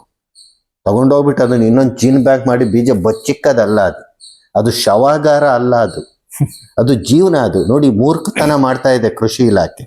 ಈ ಬೀಜಗಳನ್ನೆಲ್ಲ ಸಂಗ್ರಹಿಸೋದಂತೆ, ಬೆಂಗಳೂರು ಕೃಷಿ ವಿಶ್ವವಿದ್ಯಾಲಯದಲ್ಲಿ ಜೀನ್ ಬ್ಯಾಗ್ ಬಚ್ಚಿಡೋದಂತೆ. ನಗುಪಾಟ್ಲಿನ ಸಂಗತಿ ಅಂದರೆ ನವದೆಹಲಿಯ national bureau of plant genetic ರಿಸೋರ್ಸ್ನವರು ಅವ್ರ ಜೀನ್ ಬ್ಯಾಂಕಲ್ಲಿರೋ ಬೀಜಗಳನ್ನು ರೈತರಿಗೆ ಹಂಚ್ತಾ ಇದ್ದಾರೆ. ನಮ್ಮ ಕರ್ನಾಟಕ ಸರ್ಕಾರ ಕೃಷಿ ಇಲಾಖೆ ರೈತರು ಹೊಲ್ದಾಗಿರೋ ಬೀಜಗಳೆಲ್ಲ ತಂದು ಜೀನ್ ಬ್ಯಾಂಕಲ್ಲಿ ಬಚ್ಚಿಡ್ತಾರೆ ಅಂತ ಮೂರ್ಖತನ. ಸಮುದಾಯ ಬೀಜ ಬ್ಯಾಂಕ್ಗಳು ಜನರ ನಡುವೆ ಇರಬೇಕು, ಜನ ಅದನ್ನು ಬೆಳಿಬೇಕು, ಉಳಿಸ್ಬೇಕು, ಅಭಿವೃದ್ಧಿ ಮಾಡಬೇಕು. ಅದು ಆಗಬೇಕಾಗಿರೋ ಕೆಲಸ. ಅದನ್ನು ತಗೊಂಡೋಗಿ ಶವಾಗಾರದ ಥರ ಬೀಜಗಳು ಬಚ್ಚಿಡೋದಲ್ಲ. ಹೌದು, ಬೇಕು ಸಂರಕ್ಷಣೆಯ ಒಂದು ಭಾಗ ಜೀನ್ ಬ್ಯಾಂಕ್ಗಳು, ಅದಷ್ಟೇ ಅಂತಿಮ ಅಲ್ಲ. ಸಮುದಾಯ ಬೀಜ ಬ್ಯಾಂಕ್ಗಳು, ಜೀನ್ ಬ್ಯಾಂಕ್ಗಳು ಒಟ್ಟಿಗೆ ಕೆಲಸ ಮಾಡಬೇಕದು. ಇದು ಆಗಬೇಕಾಗಿರೋ ಕೆಲಸ. ಸರಿ, ಈ ಭಾಗದಲ್ಲಿ ಯಾರಾದರೂ ವಿಶೇಷ ರೈತರು ಅಂದ್ರೆ ಈಗ ಭತ್ತ ತಳಿ ಬಿಟ್ಟು ಬೇರೆ ಬೇರೆ ಈಗ ಇತ್ತೀಚಿನ ಸಂದರ್ಭದೊಳಗೆ ನಾವು ಟೆರೆಸ್ ಗಾರ್ಡನಿಂಗ್ ಅದೆಲ್ಲ ತುಂಬಾ ಪ್ರಮಾಣದಲ್ಲಿ ನೋಡ್ತಾ ಇರ್ತೀವಿ. ಅದಕ್ಕೂ ಅನುಕೂಲಕರವಾಗುವಂತಹ ತರಕಾರಿಗಳ ಬೀಜಗಳಾಗಿರ್ಬೋದು ಅಥವಾ ಬೇರೆ ಬೇರೆ ಸಣ್ಣ ಪುಟ್ಟ ಮನೆಯಲ್ಲೇ ಬೆಳ್ಕೋಬಹುದಾದಂತಹ ಹಣ್ಣುಗಳ ವಿಧಗಳಾಗಿರ್ಬೋದು, ಇದನ್ನ ಉತ್ತಮ ಪ್ರಮಾಣದಲ್ಲಿ ಅಭಿವೃದ್ಧಿ ಪಡಿಸ್ತಾ ಇರೋರು ಮತ್ತೆ ನಿಮ್ ಜೊತೆ ಬಹಳಷ್ಟು ಇದ್ದಾರೆ. ಈಗ ಮೈಸೂರು ಜಿಲ್ಲೆಯ ಪಿರಿಯಾಪಟ್ಟಣದ ಕಾಳಪ್ಪ ಅನ್ನೋರು ಬಹಳಷ್ಟು ತರಕಾರಿ ಬೀಜಗಳನ್ನ ಸಂರಕ್ಷಣೆ ಮಾಡ್ತಾರೆ, ಉಳಿಸ್ತಾರೆ, ಬೆಳೆಸ್ತಾರೆ. ನೀವು ಕೊಳ್ಳೇಗಾಲಕ್ಕೆ ಹೋದ್ರೆ ಅಲ್ಲಿ ಅರೆಪಾಳ್ಯ ಅಂತ ಇದೆ. ಅಲ್ಲಿ ಒಂದು 5-6 ಯುವಕರು ಮುಂದೆ ಬಂದು ಅವರು ಬೀಜೋತ್ಪಾದನೆಯಲ್ಲಿ ಬಹಳ ಯಶಸ್ವಿಯಾಗಿದ್ದಾರೆ. ದೇಸಿ ಬೀಜಗಳ ಉತ್ಪಾದನೆಯಲ್ಲಿ ದೊಡ್ಡ ಇದು ಹಾವು ಕುಂಬಳನೆ, ಹಾವು ಪಡೂಲ ಅಷ್ಟು ಚಪ್ರ ಹಾಕಿ ಬೆಳೆಸ್ತಾರೆ. ಅಪರೂಪದ ಸೋರೆಗಳು ಬೆಳೆಸ್ತಾರೆ. ಮತ್ತು ಈ ದೇಸಿ ಬೀಜೋತ್ಸವದ ಮೂಲಕ ಹಣ ಕೂಡ ಮಾಡ್ಕೊಂಡಿದ್ದಾರೆ. ಆ ಬೀಜಗಳನ್ನು ಅವರು ಸಹಜ ಸೀಡ್ಸ್, ಮೈಸೂರಿನ ಸಹಜ ಸೀಡ್ಸ್ಗೆ ಕಳಿಸ್ತಾರೆ. ಈಗ ನಮ್ಮ ಕೈಲಾಸ್ ಮೂರ್ತಿ ಅಂತ ಹೆಸರಾಂತ ಸಹಜ ಕೃಷಿಕರು, ಅವರು ಕೊಳ್ಳೇಗಾಲ ತಮ್ಮ ತೋಟದಲ್ಲಿ ಹಲವಾರು ಹಲಸಿನ ತಳಿಗಳನ್ನು ಸಂರಕ್ಷಣೆ ಮಾಡಿದ್ದಾರೆ. ನಮ್ಮ ಮೈಸೂರಿನ ಚಂದ್ರಶೇಖರ್ ಅವ್ರ ತೋಟದಲ್ಲೂ ತುಂಬ ಔಷಧೀಯ ಗಿಡಗಳು, ಸಸ್ಯಗಳ ಅಪರೂಪದ ಪ್ರಭೇದಗಳು ಎಲ್ಲನೂ ಇದೆ. ಈ ರೀತಿ ಕರ್ನಾಟಕದದ್ದು ಕುಡುಕ್ತವ್ರೆ ನಾವು ಬಹಳಷ್ಟು ಜನ ಇದ್ದಾರೆ ಈ ರೀತಿ ಉಳ್ಸಾ ಅಂತಾರೆ. ಈಗ ನಮ್ಮ ರುದ್ರಪ್ಪ ಜುಲ್ಪಿ ಅಂತ ಉತ್ತರ ಕರ್ನಾಟಕದವರು, ಅವರೆಲ್ಲ ಅಪರೂಪದ ಕರಿ ಬದನೆಕಾಯಿ ಇದೆ. ತುಂಬಾ ದೊಡ್ಡ ಕರಿ ಬದನೆಕಾಯಿ, ಚಿಕ್ಕ 1-1.5 kg ತಗೋಗುತ್ತೆ. ಅದ್ರ ಸಂರಕ್ಷಣೆ ಅವ್ರು ಮಾಡಿದ್ದಾರೆ. ಅದೇ ರೀತಿ ಶಂಕರ್ ಲಂಗಟಿ ಅಂತ ಖಾನಾಪುರದ ಹತ್ರ, ಅವ್ರ ಹತ್ರ ಬಹಳ ಅಪರೂಪದ ಕಾಳುಗಳು, ಭತ್ತಗಳು ಇದೆಲ್ಲ ಅವ್ರ ಹತ್ರ ಇದೆ. ಈ ತಳಿ ಅಭಿವೃದ್ಧಿ ಆಗಿರ್ಬೋದು, ಕೃಷಿಯ ಉನ್ನತ ಮಟ್ಟಕ್ಕೆ ಏರಿಸೋದಾಗಿರ್ಬೋದು, ಈ ಎಲ್ಲಾ ವಿಷಯಗಳಲ್ಲಿ ಸಾಮಾನ್ಯ ಜನರ ಪಾತ್ರ ಏನು, ಅವ್ರು ಏನ್ ಕೆಲಸ ಮಾಡಬೇಕು? ಎರಡನೇ ಪ್ರಶ್ನೆ, ರೈತರ ಪಾತ್ರ ಅಂತೂ ಇಷ್ಟೊತ್ತು ನಾವು ಅದ್ರ ಬಗ್ಗೆ ಸುಮಾರಷ್ಟು ಮಾತಾಡಿದ್ವಿ. ಮತ್ತೆ ಸರ್ಕಾರದ ಪಾತ್ರ ಏನು ಅಂತ. ಜನಸಾಮಾನ್ಯರು ನಿಮ್ಮ ಒಂದು ಸಣ್ಣ ಕೊಡುಗೆ ಮೂಲಕ ದೊಡ್ಡ ಬದಲಾವಣೆಯನ್ನು ತರಬಹುದು. ಎಲ್ಲೆಲ್ಲಿ ಸಾಧ್ಯ ಇದೆಯೋ, ನೀವು ತರಕಾರಿ ಅಂಗಡಿಗೆ ಹೋಗ್ತೀರಾ, ನೀವು ಮಾರ್ಕೆಟ್ಗೆ ಹೋಗ್ತೀರಾ, ಗೂಡಂಗಡಿಗೆ ಹೋಗ್ತೀರಾ, ಎಲ್ಲ ಕಡೆ ಸುಮ್ಮನೆ ಏನು ಜವಾರಿನ ಇದು, ನಾಟಿ ತರಿಸಲ್ಲ ನೀನು, ಏಯ್ ಅದೇನೋ ದೇಸಿ ಅಕ್ಕಿನಂತೆ ತರಿಸೋ ಮರ, ಈ ಮಾತಾಡೋದ್ರ ಮೂಲಕ ಆ ವ್ಯಾಪಾರಿ ವರ್ಗಕ್ಕೆ ಓ ಇದೇನೋ ನಾಟಿ ಕೇಳ್ತಾ ಇದ್ದಾರೆ, ಜವಾರಿ ಕೇಳ್ತಾ ಇದ್ದಾರೆ, ಏನದು ಅಂತ ಹುಡುಕಕ್ಕೆ ಶುರು ಮಾಡ್ತಾರೆ. ಇದು ಸಣ್ಣ ಕೆಲಸ. ಎರಡನ್ನದು ಬಳಕೆಯನ್ನು ಶುರು ಮಾಡೋದು. ನಮಗೆಲ್ಲ ಗೊತ್ತು ಬ್ಯಾಡಗಿ ಮೆಣಸಿನ್ಕಾಯಿ ಅಂದರೆ ಕರ್ನಾಟಕದ ಹೆಮ್ಮೆಯ ಮೆಣಸಿನ್ಕಾಯಿ. ಬ್ಯಾಡಗಿ ಮೆಣಸಿನ್ಕಾಯಿ ಹೆಂಗಿರುತ್ತೆ ಅನ್ನೋದು ನಮಗೆ ಬೇಕು, ಅದ್ರ ರುಚಿ ನೋಡಿರಬೇಕು, ಇಡೀ ನಾವು ಮನೆ ಮಂದಿಗೆಲ್ಲ ಹೇಳಬೇಕದು. ಅವನು ಮಾರ್ಕೆಟ್ದಾರ ಬ್ಯಾಡಗಿ ಮೆಣಸಿನ್ಕಾಯಿ ಅಂತ ಒಂದು ಗುಂಟೂರು ಮೆಣಸಿನ್ಕಾಯಿ ಕೊಟ್ಟಾಗ, ಏಯ್ ಇದು ಗುಂಟೂರು, ಇದು ನನಗೆ ಬ್ಯಾಡಗಿ ಕೊಡು ಅಂತ ಕೇಳ ಅಂತ ಕನಿಷ್ಠ ಜ್ಞಾನ ನಮಗೆ ಬೇಕು. ಅಂದ್ರೆ ಏನಾಗಿದೆ, ನಿಮ್ಮ ಸ್ಥಳೀಯ ತಳಿಗಳ ಬಳಕೆಯನ್ನು ಶುರು ಮಾಡ್ಬೇಕು. ನೀವು ಮೈಸೂರಿಗೆ ಬಂದ್ರೆ ರಾಜಮುಡಿ ಅಂತೇಳಿ ಇನ್ನೊಂದು ಅಕ್ಕಿ ಕೊಟ್ರೆ ಜನ ನಗಾಡ್ತಾರೆ, ಇಲ್ಲ ಬೈತಾರೆ. ಅಂದ್ರೆ ಪ್ರತಿ ಇಲ್ಲಿ ಮೈಸೂರಲ್ಲಿ ವಾಸ ಎಲ್ಲರಿಗೂ ರಾಜಮುಡಿ ಅಂದ್ರೆ ಏನ್ ಗೊತ್ತು ಅಂದ್ರೆ ಸಾರ್ವತ್ರಿಕವಾಗಿ ಸಿಗ್ತಾ ಇದೆ. ನೋಡಿ, ನೀವು ಗಂಗಾವತಿಗೆ ಹೋಗಿ ಇಲ್ಲ ಹೊಸಪೇಟೆಗೆ ಹೋಗಿ ಸೋನಾ ಮಸೂರಿ ಅಂತ ಏನ್ ಬೇಕಾದ್ರೂ ಮೋಸ ಮಾಡ್ಬೋದು. ಮೂಲ BPT ಸೋನಾ ಯಾವುದು ಅನ್ನೋದೇ ಗೊತ್ತಿಲ್ಲ.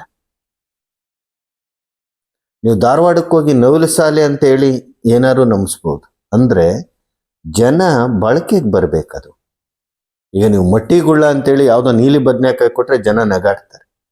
ಗೊತ್ತು ಉಡುಪಿನವ್ರಿಗೆ ಮಟ್ಟಿಗುಳ್ಳ ಹೆಂಗಿರುತ್ತೆ ಅಂತ.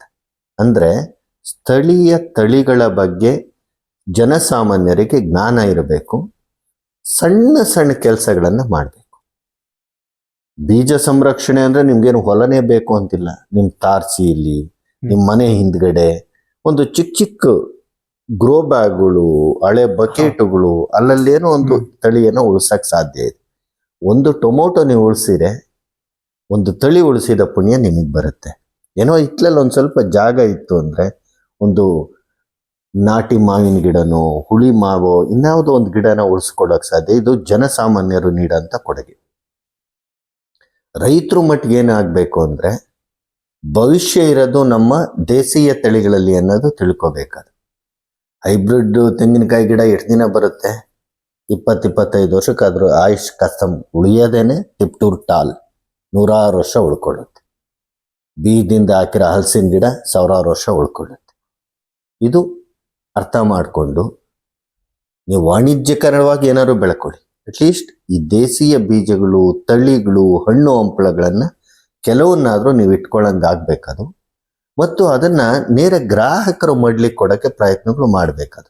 ಎಲ್ಲಿವರೆಗೂ ನೀವು ದಲಾಲ್ರ ಕಪಿಮುಷ್ಟಿಗೆ ಸಿಕ್ಕಾಕೊಳ್ತೀರ, ಏನು ಮಾಡಕ್ ಸಾಧ್ಯ ಇಲ್ಲ.